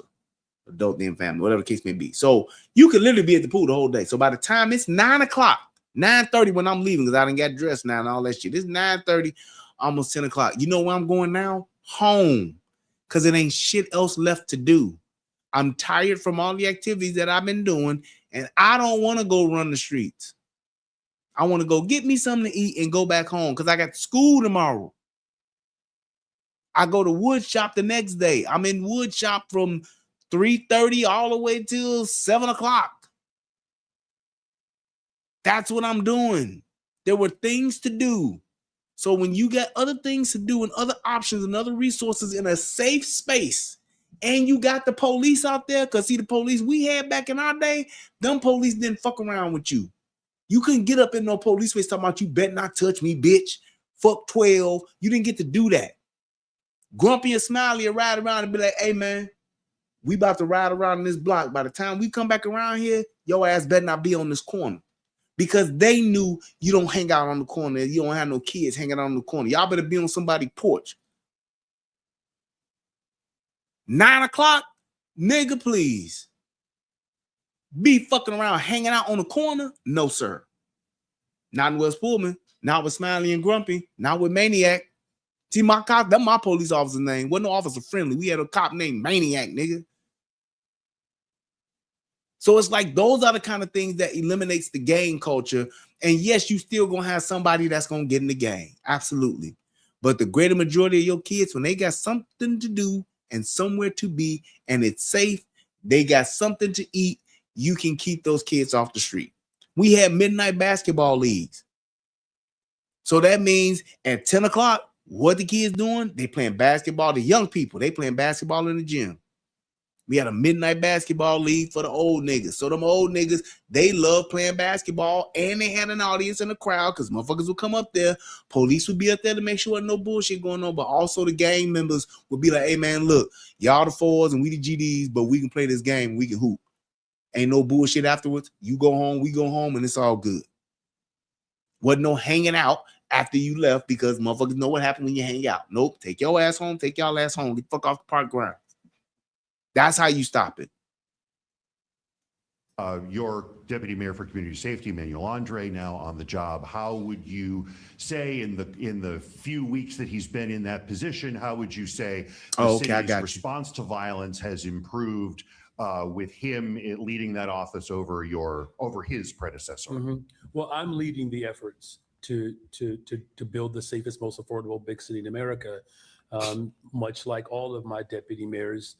I'm all of my deputy mayors, and I think one or two of them just got fired because they just wasn't with the bullshit. But all I'm saying is he's not being successful, and he's still fucking going down this path because he don't give a shit. Always in constant communication with them.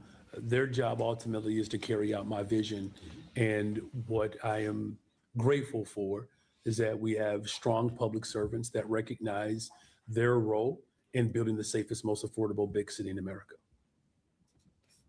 Mayor Johnson, last week I sat in this very seat and I warned you that Juneteenth is historically one of the most violent days for whatever reason in the city of Chicago.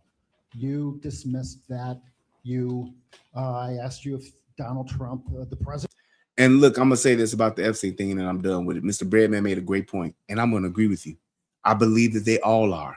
They all know that the fuck shit that done went on, that everybody done did something with it. And if it's not them specifically, it's somebody that they know that they're friends with and that they are protected. So at the end of the day, what can you do with that? Nothing. You can't do anything about that. Unless you're going to get rid of Congress and get rid of the Senate, put term limits and shit like that in place, you can forget it, dude. There's always going to be injustice on that level of government because y'all let these motherfuckers sit in office for forever. And if you not push, and I'm saying Democrat and Republican alike, if y'all ain't pushing for term limits, if y'all ain't doing that shit, it's going to continue to stay the same. Because if I'm going to be a fucking senator or I'm going to be a fucking house rep for fucking 35, 40 years, I'm definitely going to do some illegal shit and some incriminating shit. And if we all in it together, nobody will ever know. And by the time they do find out, they won't be able to do a goddamn thing about it. That's why it's the way that it is now. Depending on who in office is the way the wind blows. And ain't nobody, and I mean nobody, gonna lock their own self up. That ain't happening. So I'm just saying, that's just what this shit is with this Epstein shit. And that's why, even though it makes sense from a moral standpoint to figure that shit out, you can't get shit done from a criminal aspect or a prosecution aspect because there's too many fucking hands in the cookie jar on this shit. It's not gonna ever happen. Unless you get rid of motherfucking all of Congress and all the motherfucking Senate, that's the only way you could ever get some headway with this shit. Other than that, it's a wrap, bro. And this is why we need term limits so bad. Sorry. President of the United States, if you would reach out to him for some kind of help or assistance, again, you dismissed that. You said that you're the mayor, right? Mm-hmm. You said that Donald Trump was a massive failure or something to that effect. And now we have seen the results. 40 plus people shot, a dozen plus people murdered in the city of Chicago on Juneteenth, the weekend with the Obama Library and all the other wonderful things happening. Mm-hmm. And the people of Chicago, the real people, are asking me if you are aware, if you're even paying attention, if you're the massive failure, perhaps you're the massive failure in this equation and not the president, who, by the way, William, is that the question? Thank you for your question. So he called this motherfucker a massive failure. Not just a failure, but a massive failure. He says, here in Houston, we had that back in the day too. Us teens was back there getting some booty too, especially at nighttime. I don't know about all that, man. I'm just saying. He said, man, I missed that Chicago. Dave, you know what I'm talking about, don't you? There you go. That's real, because these recreation centers and parks are either severely underfunded or mismanaged, bro. And all I'm saying is that's the truth. We talking about what worked. I'm talking about somebody who lived through it. That's all I'm saying. My mother was a single mother out working every day, and I had somewhere to be that was safe. My father was a Chicago police officer, so he was working and he was making his money to take care of his child support obligations and his living his life too. And at the end of the day, I had somewhere safe to be. And our park was safe. Our school was safe. So from the time of in the morning, from when the school opened up at 8 o'clock in the morning, we started school at like 8:55 or 9 o'clock. From that time of 8:30, because I was even a patrol boy. So even that time from 8:30 in the morning until 9 or after 9 o'clock at night, there was a safe space for me to be at if I wasn't at home.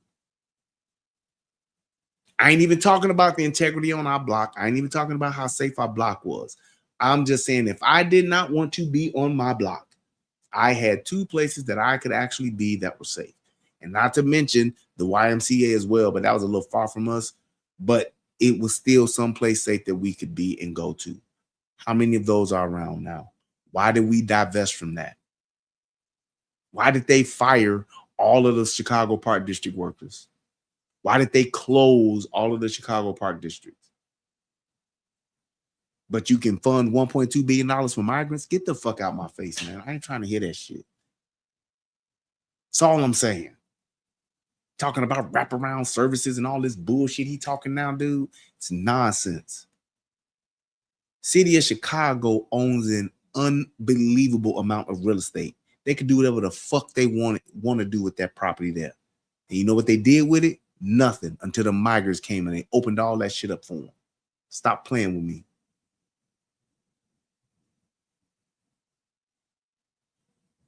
Gotcha. Yeah, that's just because it's rolling over here on the side. Whatchamacallit, but it's just, yeah, it's just me working through it. Exactly. Just saying.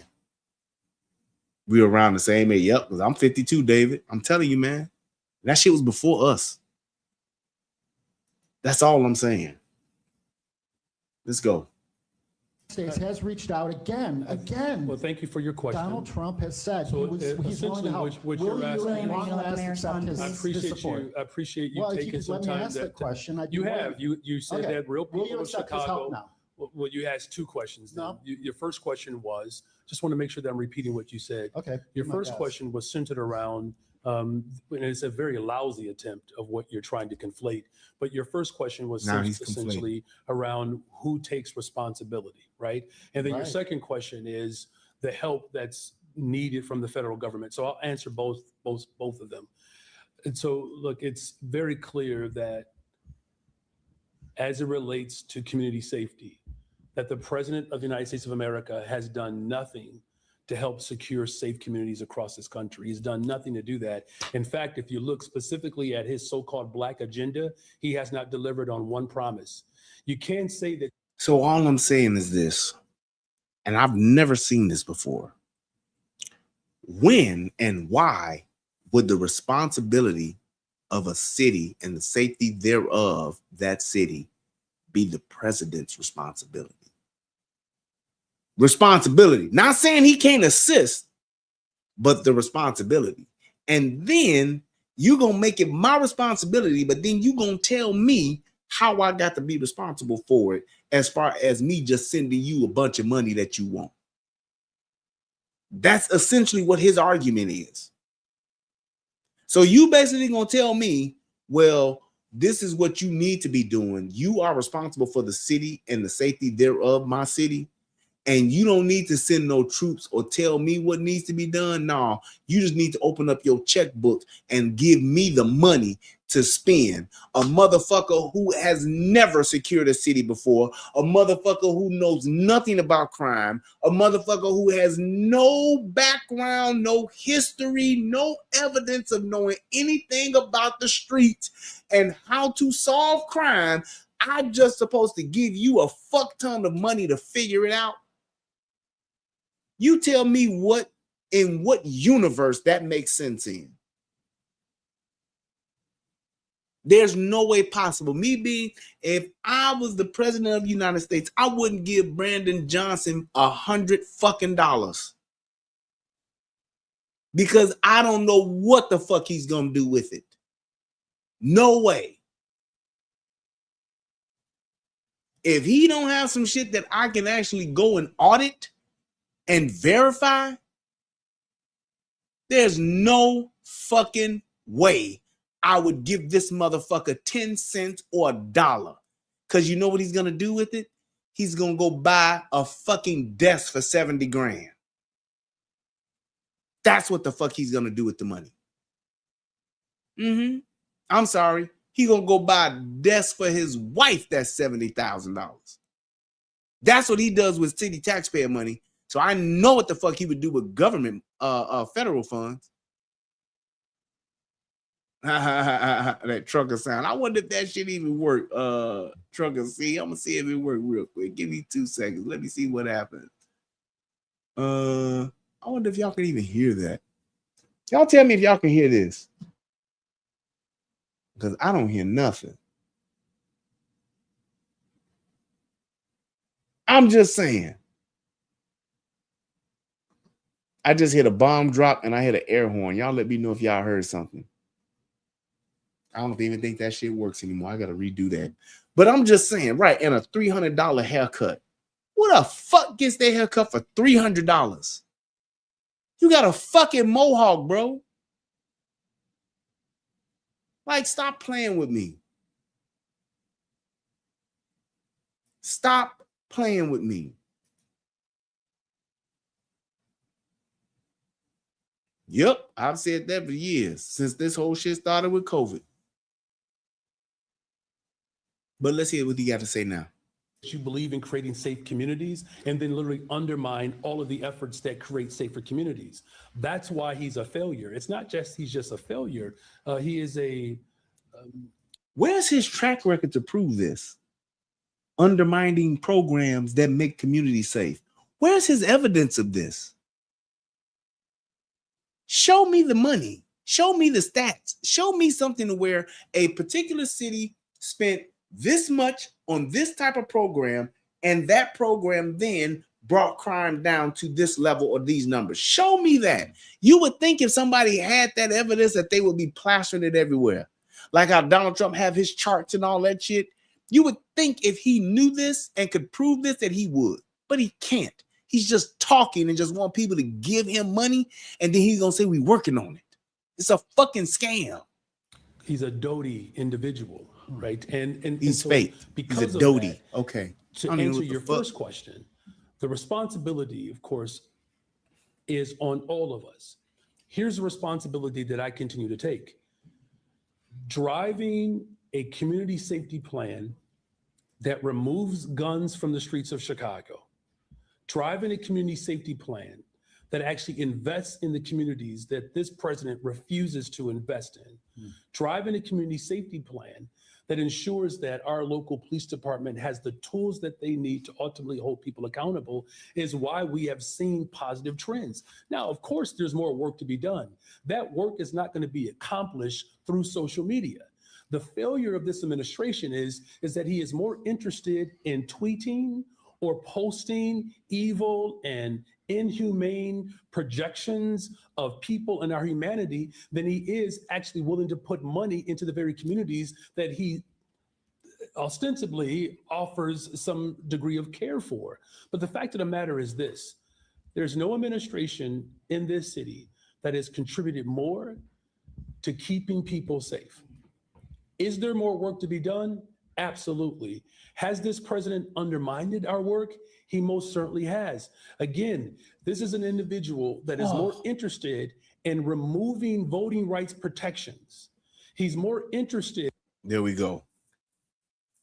All I'm saying is this. If he could prove what he's saying, it would mean so much more. He's literally just talking, making shit up, posting evil. What the fuck does that mean? Posting evil. I don't understand what that is.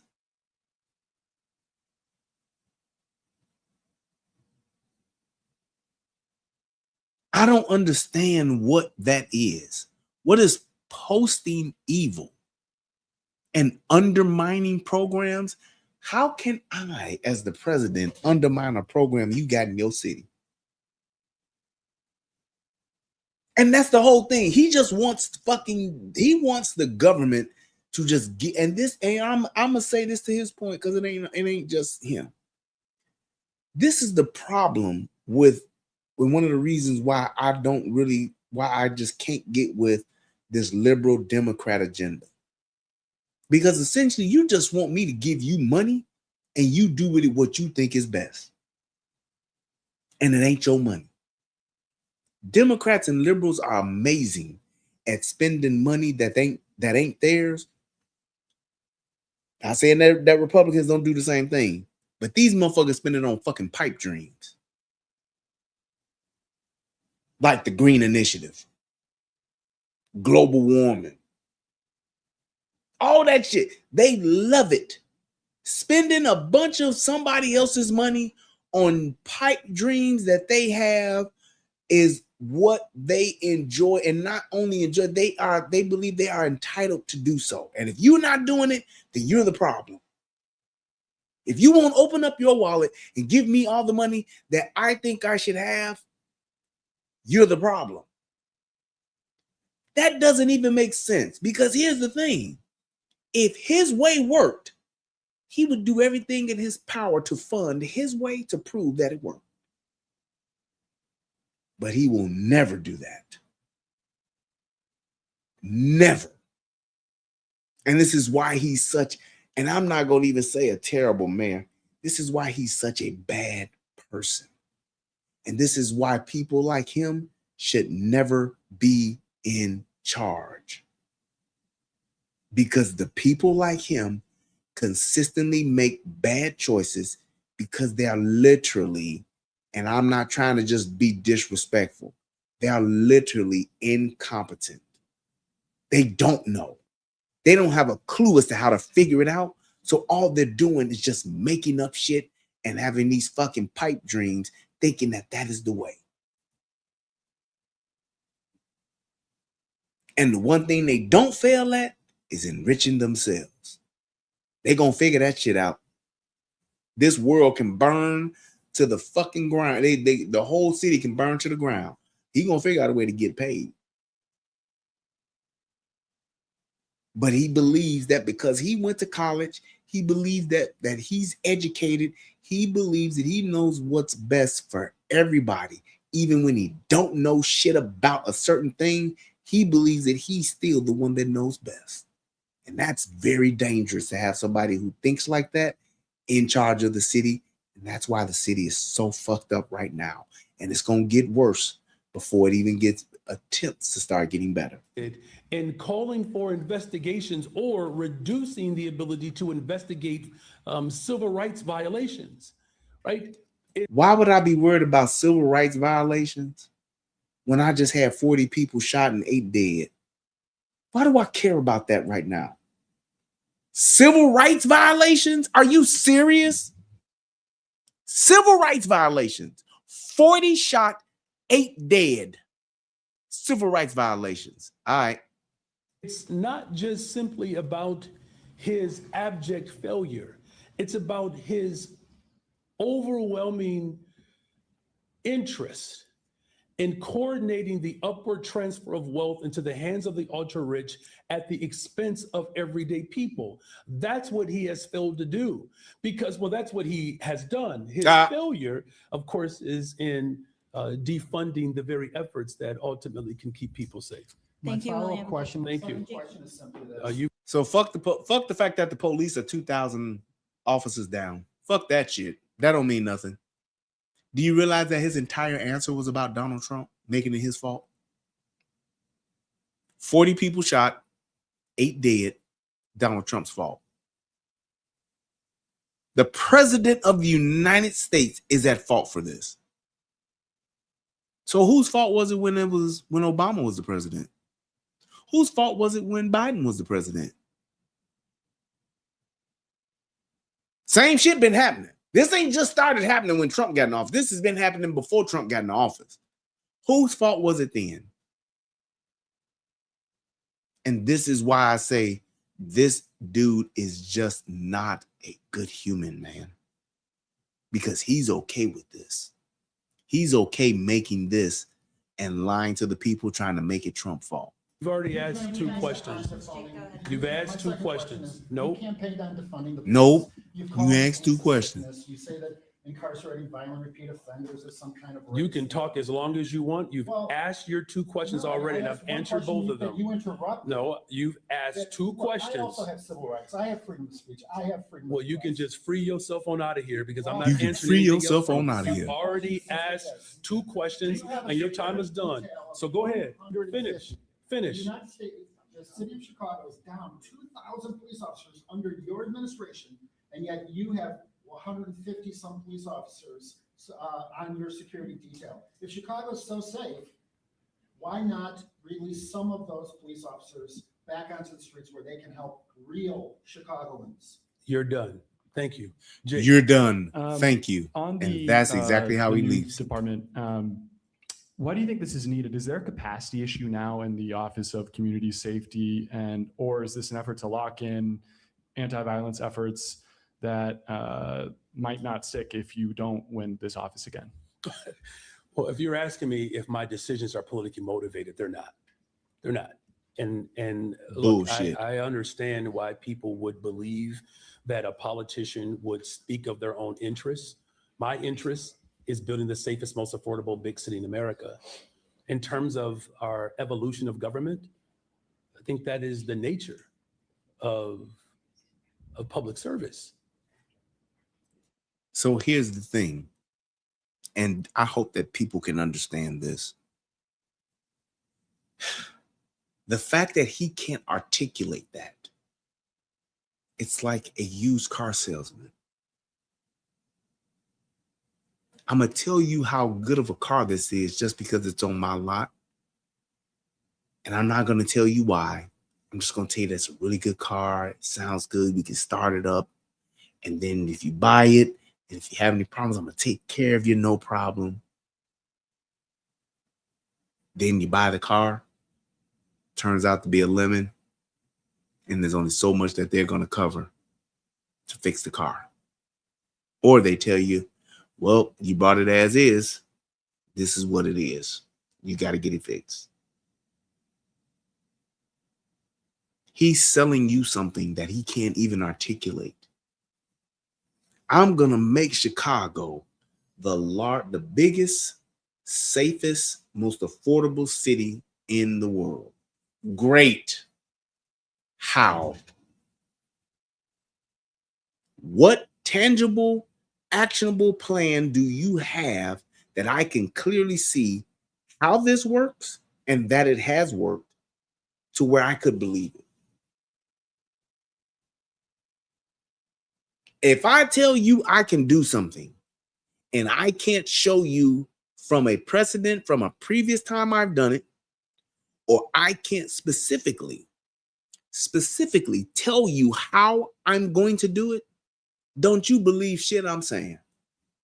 You shouldn't believe shit somebody's telling you if they can't show you where they've done it before, and then they can't walk you through exactly how it gets done to show you actionables, not talking points, actionables on how to do something. And this is what these motherfucking Democrats do. This is what these liberals do when they just tell you the shit that you want to hear. And I understand that as much as you may want to believe it, you got to be smart enough to say, well, all right, man, I want to believe this. So can you please show me? Not, well, just give me the money and then I'll let you know. No, show me. Where have you done this before? Tell me what's not biggest. Tell me what small city Brandon Johnson has made the safest and most affordable in the country, in the state. He hasn't. He's never done it before. So how would he be able, just by logic, how would this man be able to do this and he's never done it anywhere else before? He can't tell you, hey, I'm pretty much doing what I did over in Alsip. I'm doing the same thing here. Hey, man, that same thing I did over in Harvey, I'm going to do the same thing here, just on a larger scale. I know how this works. I know how to get this done. I just need you all to trust in what I'm doing, and you'll see the results. He's never done it before. Now, all of a sudden, this dude knows how to fucking make the third largest city in the fucking country. He knows how to make it safe and affordable. You tell me how. And this is the problem. This is the problem with us, because we believe that well, no, y'all believe that bullshit. The answers that I have can only be strengthened when other people are invited into the process to actually come up with solutions from a more collective response. Look, he said come up with it, so he don't even have the shit together. Y'all heard that, right? He don't even have the shit together. He don't even have it figured out. He's telling you, I gotta still get other people involved to figure it out. To actually come up with solutions from a more collective response. The answers that I have can only be strengthened when other people are invited into the process to actually come up with solutions from a more collective response. So he don't even know if his answer is going to work. He don't have any proof of his answer working. He said, I just want to give y'all my answer so everybody else can figure out how this actually is going to work. Absolutely not, Jesse Huff. This dude will not get reelected. He's done. He's done just like Lori Lightfoot was done. The thing is going to be who the next person is that gets in there. Shout out to my man, William Washington. Thank you, man. I appreciate that, brother. That super chat donation. Thank you, sir. Much appreciated. So that's letting you know the level of incompetence that this man has. he don't even know if the shit he's suggesting is working. He's leaning for other people to figure his shit out. Look, do I believe that we have done some incredible work through our collaborative efforts? Absolutely. Is that work complete? It's not. Right. And your office has made several efforts, or in the city council recently, on VGTs. I'm curious why you have been generally supportive of sweepstakes gambling machines. Those are already existent. They don't have much oversight. They're especially in Black and Latino neighborhoods and pulling money out of them. Why not oppose those? Well, look, the concerns that we have raised around VGTs are legitimate, right? And having a hearing, which I believe is going to take place tomorrow, if I'm not mistaken, that's necessary. I mean, look, there is certain activity that I don't necessarily engage in. I don't drink, right? And I do know that through liquor tax, we actually generate revenue. This idea that certain activity requires special judgment because of what it does, I try not to walk in any level of condemnation. So just because there's something that I may not particularly engage in doesn't mean that that my particular standard should be the utilizing force to determine whether or not a particular form of gambling or anything else should be permitted. Yeah, but you all have opposed VGTs and not opposed sweepstakes gambling. Well, because what I've said was there's some legitimate concerns there, right? Particularly for workers, how would it impact the casino? Like all of those things have to be brought into consideration. In fact, if I'm not... Yeah. All right, we're going to go ahead and move on. I got one more thing that I want to play for y'all. Give me 1 second. And then we should be able to wrap this up. But I just wanted to make sure, man, that I was able to just show how much of just ignorance that this man has. He literally don't know. States if he don't know shit. Reach out to him and it's for like some kind of help that or to me assistance. is so Again, problematic that you have somebody who is in that type of position that don't know what the hell they're doing. And it's like people are okay with that, and y'all have voted that in. And all I'm saying is, not even to his point, but why would y'all vote for somebody who literally the end of slavery don't have the experience? And not saying experience, because how many people, and just so I can make sure I'm articulating myself properly, not saying that you got to have experience as a mayor, not to say that you have to have experience as a senator or as a representative, whatever the case may be. I'm not saying that. I'm just saying when you're talking about politics, you're talking about the governing and the distribution of power and resources.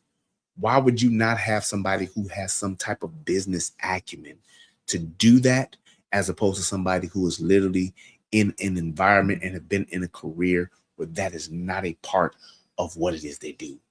A teacher doesn't have business acumen. A teacher does not have resource allocation and management skills. They literally teach. They take a certain piece of curriculum out of a book or out of whatever it is that they're using as a resource to teach, and they educate and impart that information into another group, into the group. That's it. That's all I'm saying. All right, this last thing here is I just want to give you a taste of what Stephen A had to say about this, because I thought it was pretty good. So I'm gonna play that for you in 1 second. Is this it? Nope. Dang it. There we go. All right, here we go. in the United States. That's what Juneteenth is. Juneteenth, June 19th, Emancipation Proclamation, issued by Abraham Lincoln in January of 1863. Oh, wait a minute. Hold on. Let me go back. And we're not hearing anything. Why is that? I bring up Juneteenth, ladies and gentlemen. On Juneteenth, because he put his hands on me, so I did it. Yeah. According to the reports. I'll be right. We've got people all over the place going off, talking about police officers, talking about the court system, talking about the inequity within our legal system, et cetera, et cetera. But 39 people get shot on Juneteenth. 6 are killed. And we're not hearing anything. Why is that? I bring up Juneteenth, ladies and gentlemen, to remind you what Juneteenth is. It's a U.S. holiday that commemorates the end of slavery in the United States. That's what Juneteenth is. Juneteenth, June 19th, Emancipation Proclamation issued by Abraham Lincoln in January of 1863.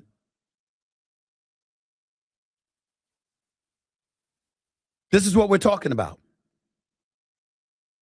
June 19th, 1865, 2 years ago, Union General, reading from here, Union General Gordon Granger arrived in Galveston, Texas, and announced that enslaved people in Texas were free.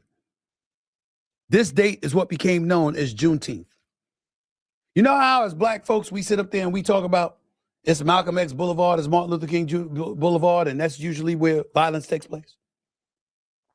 That's what they're saying about Juneteenth right now. 39 people shot. 6 killed.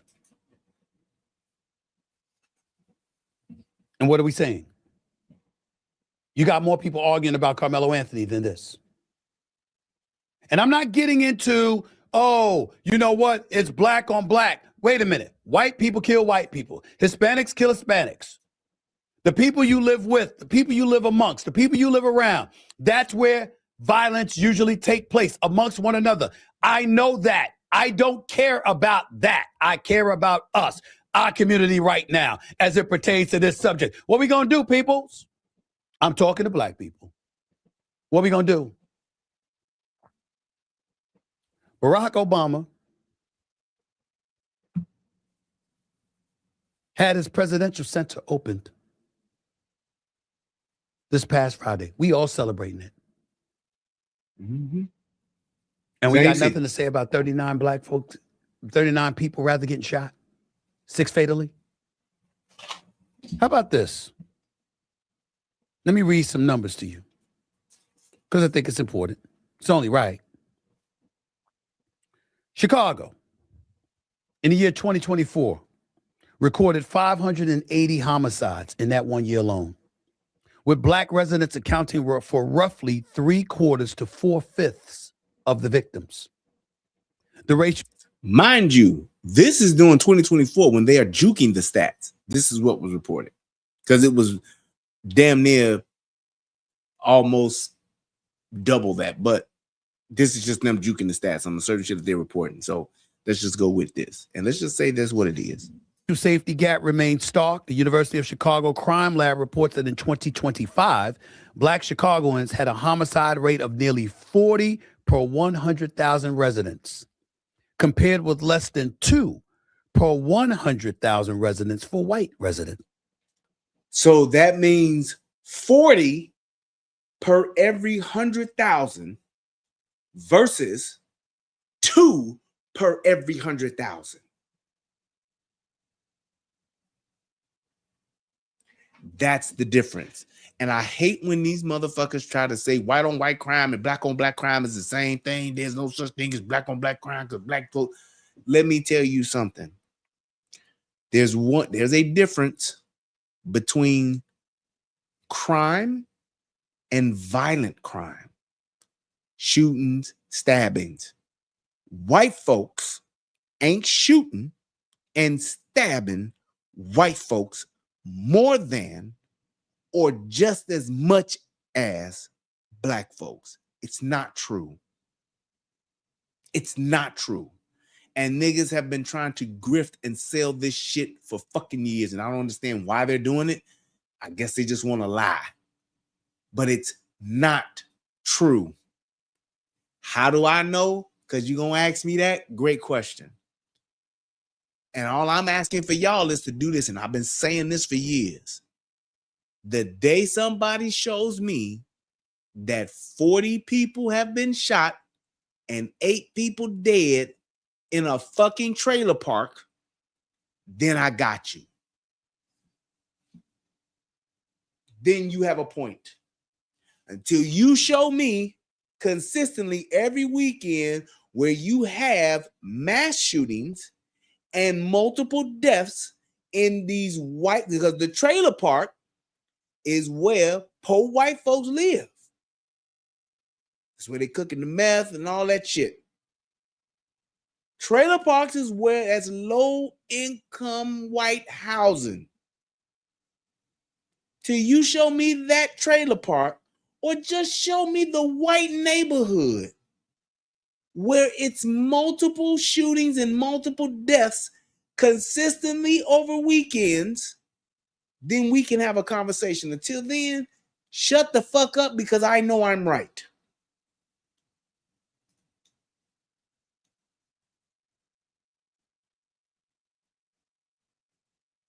That's all I'm saying, King Jen.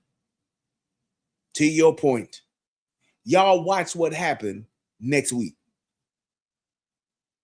Mark my words that I'm going to be right back doing a show the week after the 4th of July weekend, talking about how many niggas done got shot, how many niggas done got killed in Chicago. I promise you that shit's about to happen. Because the shit that motherfuckers don't want to talk about, don't want to say, these 40 motherfuckers that didn't get shot, these 40 motherfuckers now have beef. These 8 motherfuckers that didn't get killed, these 8 motherfuckers' loved ones, they got beef. And the beef is about to cook this weekend and next weekend. I'm just saying, watch what these niggas do. And watch me be right back here after the holiday talking about how many niggas then got shot, how many niggas then got killed. That's all I'm saying. And ain't nobody talking about this shit. That means black residents were more than 20 times more likely to be homicide victims. Chicago Public Schools directs additional resources to high poverty neighborhoods with operational spending ranging from roughly $19,000 to $22,000 per student. Yet the city continues to lose hundreds of black lives to violence each year. Even after total homicides fell to 416 in the year 2025 from the 580 in 2024, black residents still accounted for the overwhelming majority of victims. Where's the noise about that? Right. Not politics. It's not policy. I'm a black man concerned about black people because we make up 13% of the population. So if we made up 57% of the population, like the white community does, deaths don't affect us numbers-wise the way that it affects the black community. Since the Hispanic community is the dominant minority in this country, it doesn't affect them numbers-wise compared to the way that it affects us. We keep allowing this stuff to go on in the streets of Chicago or St. Louis or anywhere else where it's prevalent. We're going to be a damn endangered species. Yes. Got nothing to say? And that's the point I've made when all of these per capita pro-black niggas talk this bullshit. This is why it makes me angry. Because it's one thing when you want to say a percentage and you talk about, if I tell you, hey, man, I need 30% of your dollar, that means I'm taking 30 cents of your dollar and you keeping 70 cents. When I tell you I need 50% of your dollar, that means I'm keeping 50% and you keeping 50 cents. When we talking about $1,000, $300 make a difference, don't it? When we talk about $10,000, $10,000 make a difference, don't it? Because now I'm only keeping $3,000. When we talking $100,000, I'm only taking $30,000. You see how that works? When we talking $1 million, I'm only taking $300,000.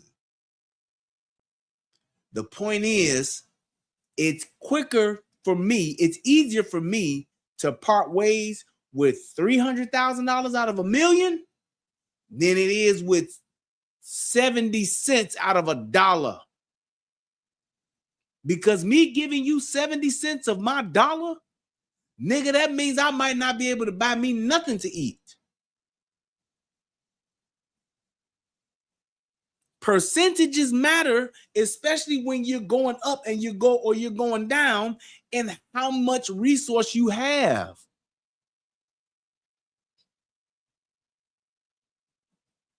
If I got $10 million and somebody takes $3 million away from me, that's a lot of fucking money, and I get it.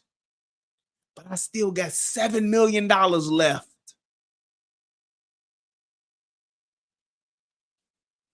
So when you talking about a population of 13%, half of that, more than half of that being women, you're talking about 6% of that being men. And you're talking about taking how much of those lives away? That's why he said what he said about we becoming an endangered species, because it's black men that's suffering this shit the most.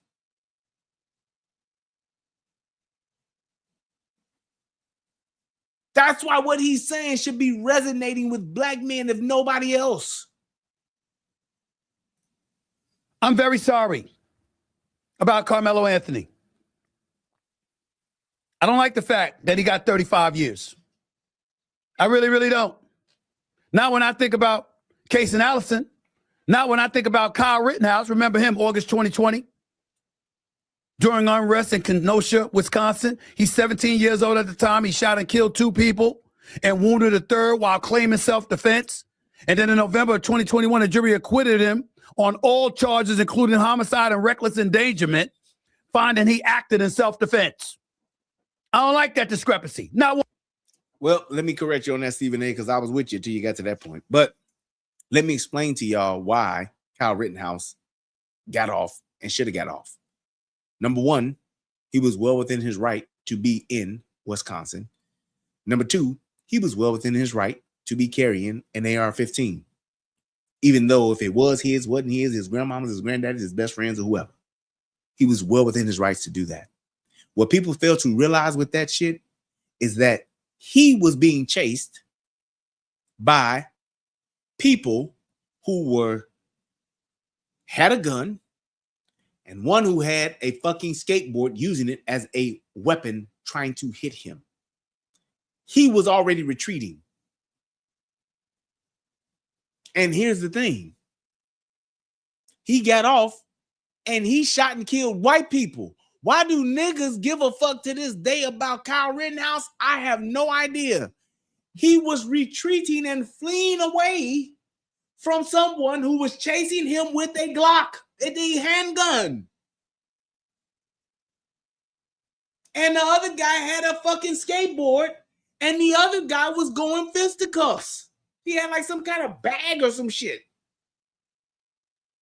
So you talking about a boy, a young man who's being chased by 3 people. 2 of them holding weapons that can cause death or great bodily harm. And the fact that he literally defended himself while trying to run away from them, how does that even compare? And they were white. And he got acquitted.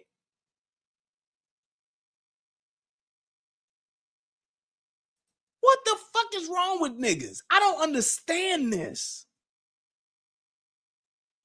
You're literally bringing up, because this is what the problem is with this.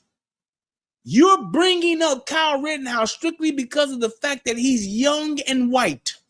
The circumstances of his shooting, the circumstances of him actually shooting somebody, you're bringing that up because he's young and white versus someone who is young and black who actually murdered somebody with a knife by stabbing them in the heart because he was asked to leave a tent that was not his and that he did not have a right to be in. Over 15 times was asked to leave and he wouldn't.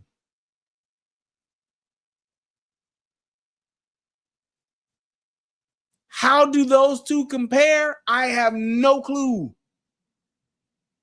Why even reference that? I have no idea. Same thing when they try to bring up Trayvon Martin. The dude, the young man was literally hitting what's his name? George Zimmerman, to the point to where he was getting his head was hitting the concrete. And you can clearly see the bruises on him and his head, on his face and head. What are we talking about here? Austin Metcalf literally pushed him once to get out of the tent. Not pushed him to fight him, but was pushing him, telling him to get out of here, to leave our area. I don't know why we do that, but it's a bad argument. One bit. That's why I mentioned it. Don't like the Trayvon Martin thing. I still remember that from 2012. Sanford, Florida. Neighborhood watch volunteer George Zimmerman fatally shot. Trayvon Martin, he was 17 years old, who was unarmed and walking home. After a confrontation, Zimmerman claimed self-defense, got acquitted of second-degree murder and manslaughter. You think I forgot that? I did not. I'm still sitting here saying to you right now, Carmelo Anthony is different than that. He had a knife that he brought to a track meet. Life wasn't in danger. Yep. And he said, put your hands on me and see what happens. Yep. A shove ended up into a killing. Yep. Which is why you see the polarization that you're witnessing. Because on one hand, you have somebody like a Dr. Umar Johnson, who, by the way, is highly intelligent, by the way, Officer Tatum. I'm not going to call him names and disrespect a man like that. Please. I just... Fucking Umar Johnson, whether intelligent or not intelligent, he's a fucking liar. He makes shit up consistently and is a fucking... He's just a fucking liar. This man got a school that ain't nobody enrolled in, that everybody done gave over $500,000 to, and he still ain't got a fucking student in a classroom. He's a fucking liar and a fucking scam artist. Plain and simple. If he's smart enough to pull that off, yeah, I guess so. I guess he's not stupid. But the shit that he says, he is notorious for lying. That's all the fuck he does. He was the one that says Austin Metcalf fell onto Trayvon's knife, while 20 other motherfuckers said no. I mean, not Trayvon, but Carmelo Anthony stabbed him. How the fuck do I fall on somebody's knife and you call that a stab? No, that's not how that works. A stab means that I stabbed you.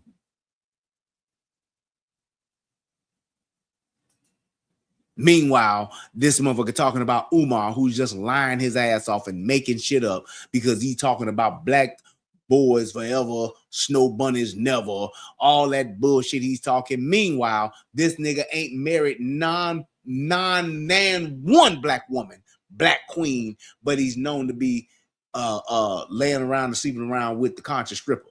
But he's talking about black queens forever, snow bunnies never. Right.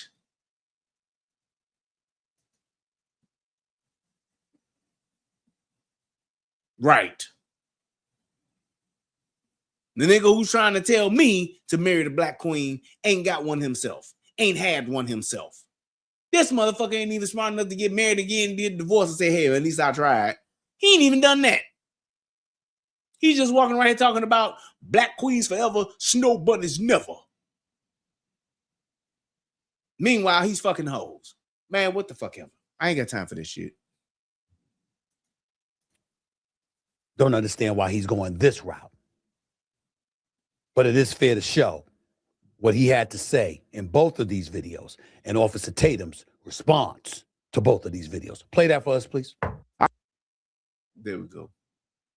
I'm going to leave that there because that's a whole nother conversation. But no, I want y'all to see his lie. Listen to this lie. I want you to see how white supremacy operates behind the scenes. You can't challenge the grand jury, Loon, because you don't even know who they are. Right. So the people who decided this 17-year-old would be charged with murder are complete secrets. And you and I both know they all white. Are you with me? So first, deal with the grand jury. They all secrets, but you and I both know that they white. Did I not just say that this nigga's a fucking liar, dude? Why would you say that? They are all secrets, and we don't know who these people are, but we do know that they all white. He hadn't even been running his mouth 30 seconds, and that's what this nigga says. He makes shit up and lies. He's a fucking scam artist. Him being charged with murder was a crime in and of itself. So what do you say about the Let me event? give you one more. You're moving too fast. Hold on. In Texas, if you're 17, you're automatically tried as an adult. Grand jury had no control over that. Are you with me? Yes. He was 17. He's automatically tried as an adult, but he doesn't automatically have to be indicted with murder. That could have been aggravated, right? Manslaughter. Right. There's a whole list of crimes that could have went with. So you're saying he should have been charged, just not with Time out. Yeah, I'm just saying, niggas love to lie. That's the best way that I can say this. Niggas love to lie. Because the thing is this. It's not like I just sit and pick a charge. Charges ain't just made up, like, unless it, well, I know, let me be correct. The only made up charge where a motherfucker can just make some shit up and your ass be guilty is a fucking RICO. A RICO, in my opinion, is probably the worst charge ever. It is truly a unjust charge. I don't know how the fuck they have established the RICO Act and all that shit, but a RICO charge is bullshit. That's just some hearsay. But for this motherfucker to just be able to say a charge is just made up, that's not how that works.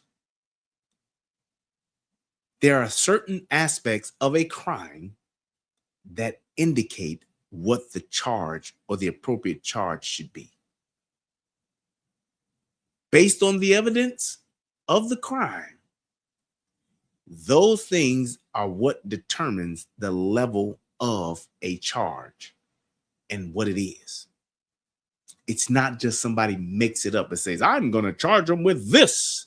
They have to actually, in a grand jury, explain why they are doing that and what that charge entails and how they made that charge to be the appropriate one that they are seeking the grand jury to indict them.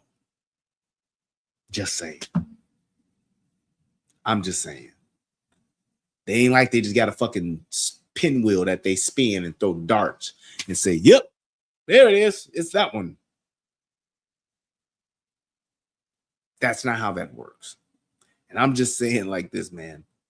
We have got to get to the point, if you're talking about just how to wrap this up and just come up with, hey, man, how do we fix this? How do we get better? We have got to stop with the lies, and we have got to stop not listening and not accepting truth tellers. Those of us that are telling the truth, man, if we don't open up our ears and or incline our ears to these people that are telling the truth, then where are we? That means we can be misled and can be led astray for anything. It has to stop. We have got to be able to acknowledge and accept the truth, no matter how hard or difficult it may be. We've got to get to a point to where we can accept the truth. If we can't accept the truth, then there's no way for us to move forward in the right direction. That means we will be forever doomed to move in the wrong direction, and we will forever keep repeating those generational curses, and these things will continue to happen, and we will be damned. That's all I'm saying. The statement of the truth shall set you free. Don't mean that the truth won't hurt your feelings. It don't mean that the truth won't offend you.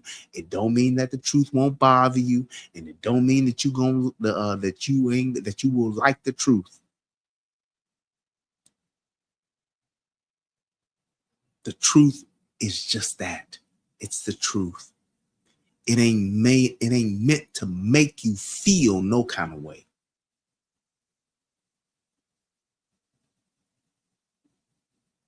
It's just not. Truth should lead you to action, one way or the other.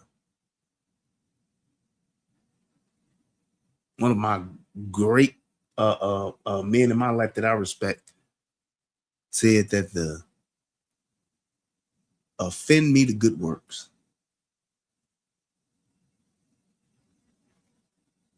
Offend me to good works. That's good stuff. And we should all be in a position, or want to be in a position, to where we can be, even in being offended, move to good works.